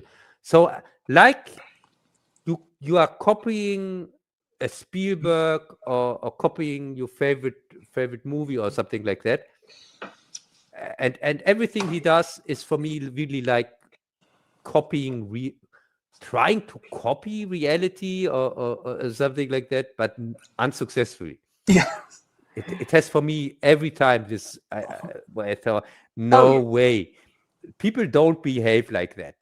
Americans don't behave like that. You can't tell me that. Is objectively terrible, but Independence Day is still fun. Yeah, and some of his movies are fun. Take Stargate or Independence Day, Stargate, and so on. Probably his actually best good movie. Yeah, but still, most of his stuff is, and especially his older stuff, and also the things he produced here in Germany. Yeah, like Moon 44, really wild. or Joey, things like that. He is Poltergeist copy, and but his very first movie, his student movie, is probably his best movie, I would say. It's the Noah's Ark Project. Okay. And it's not his best movie yet now from a technical standpoint. It's from a thematical standpoint, his best movie, because it's about weather manipulation from the CIA. And this is thematically most interesting thing. Because now they're talking about things like HARP and so on, weather manipulation. And back then we had these themes, this subject matter already in movies like Superman 3. Can you remember what Superman 3 was about? Yes. It was about weather manipulation. And this thing is Superman 3 is from 1983, and the Noah Ark project is from 1984. His first movie. Okay. Which it got a very limited release. Nobody knows about this movie because it was his student movie. His it's like Dark Star. No, where he studied. Yes, for, John Carpenter. Where he studied. It was his movie that he made as work as. When you are studying graduation, graduation, it was his graduation work. You have to make a movie as your graduation thing, but because the movie turned out so good, they released it in cinemas with a very limited release. Nice. For a crazy coincidence, I saw it on the big screen back then. But not in the cinema, in the youth center. Okay.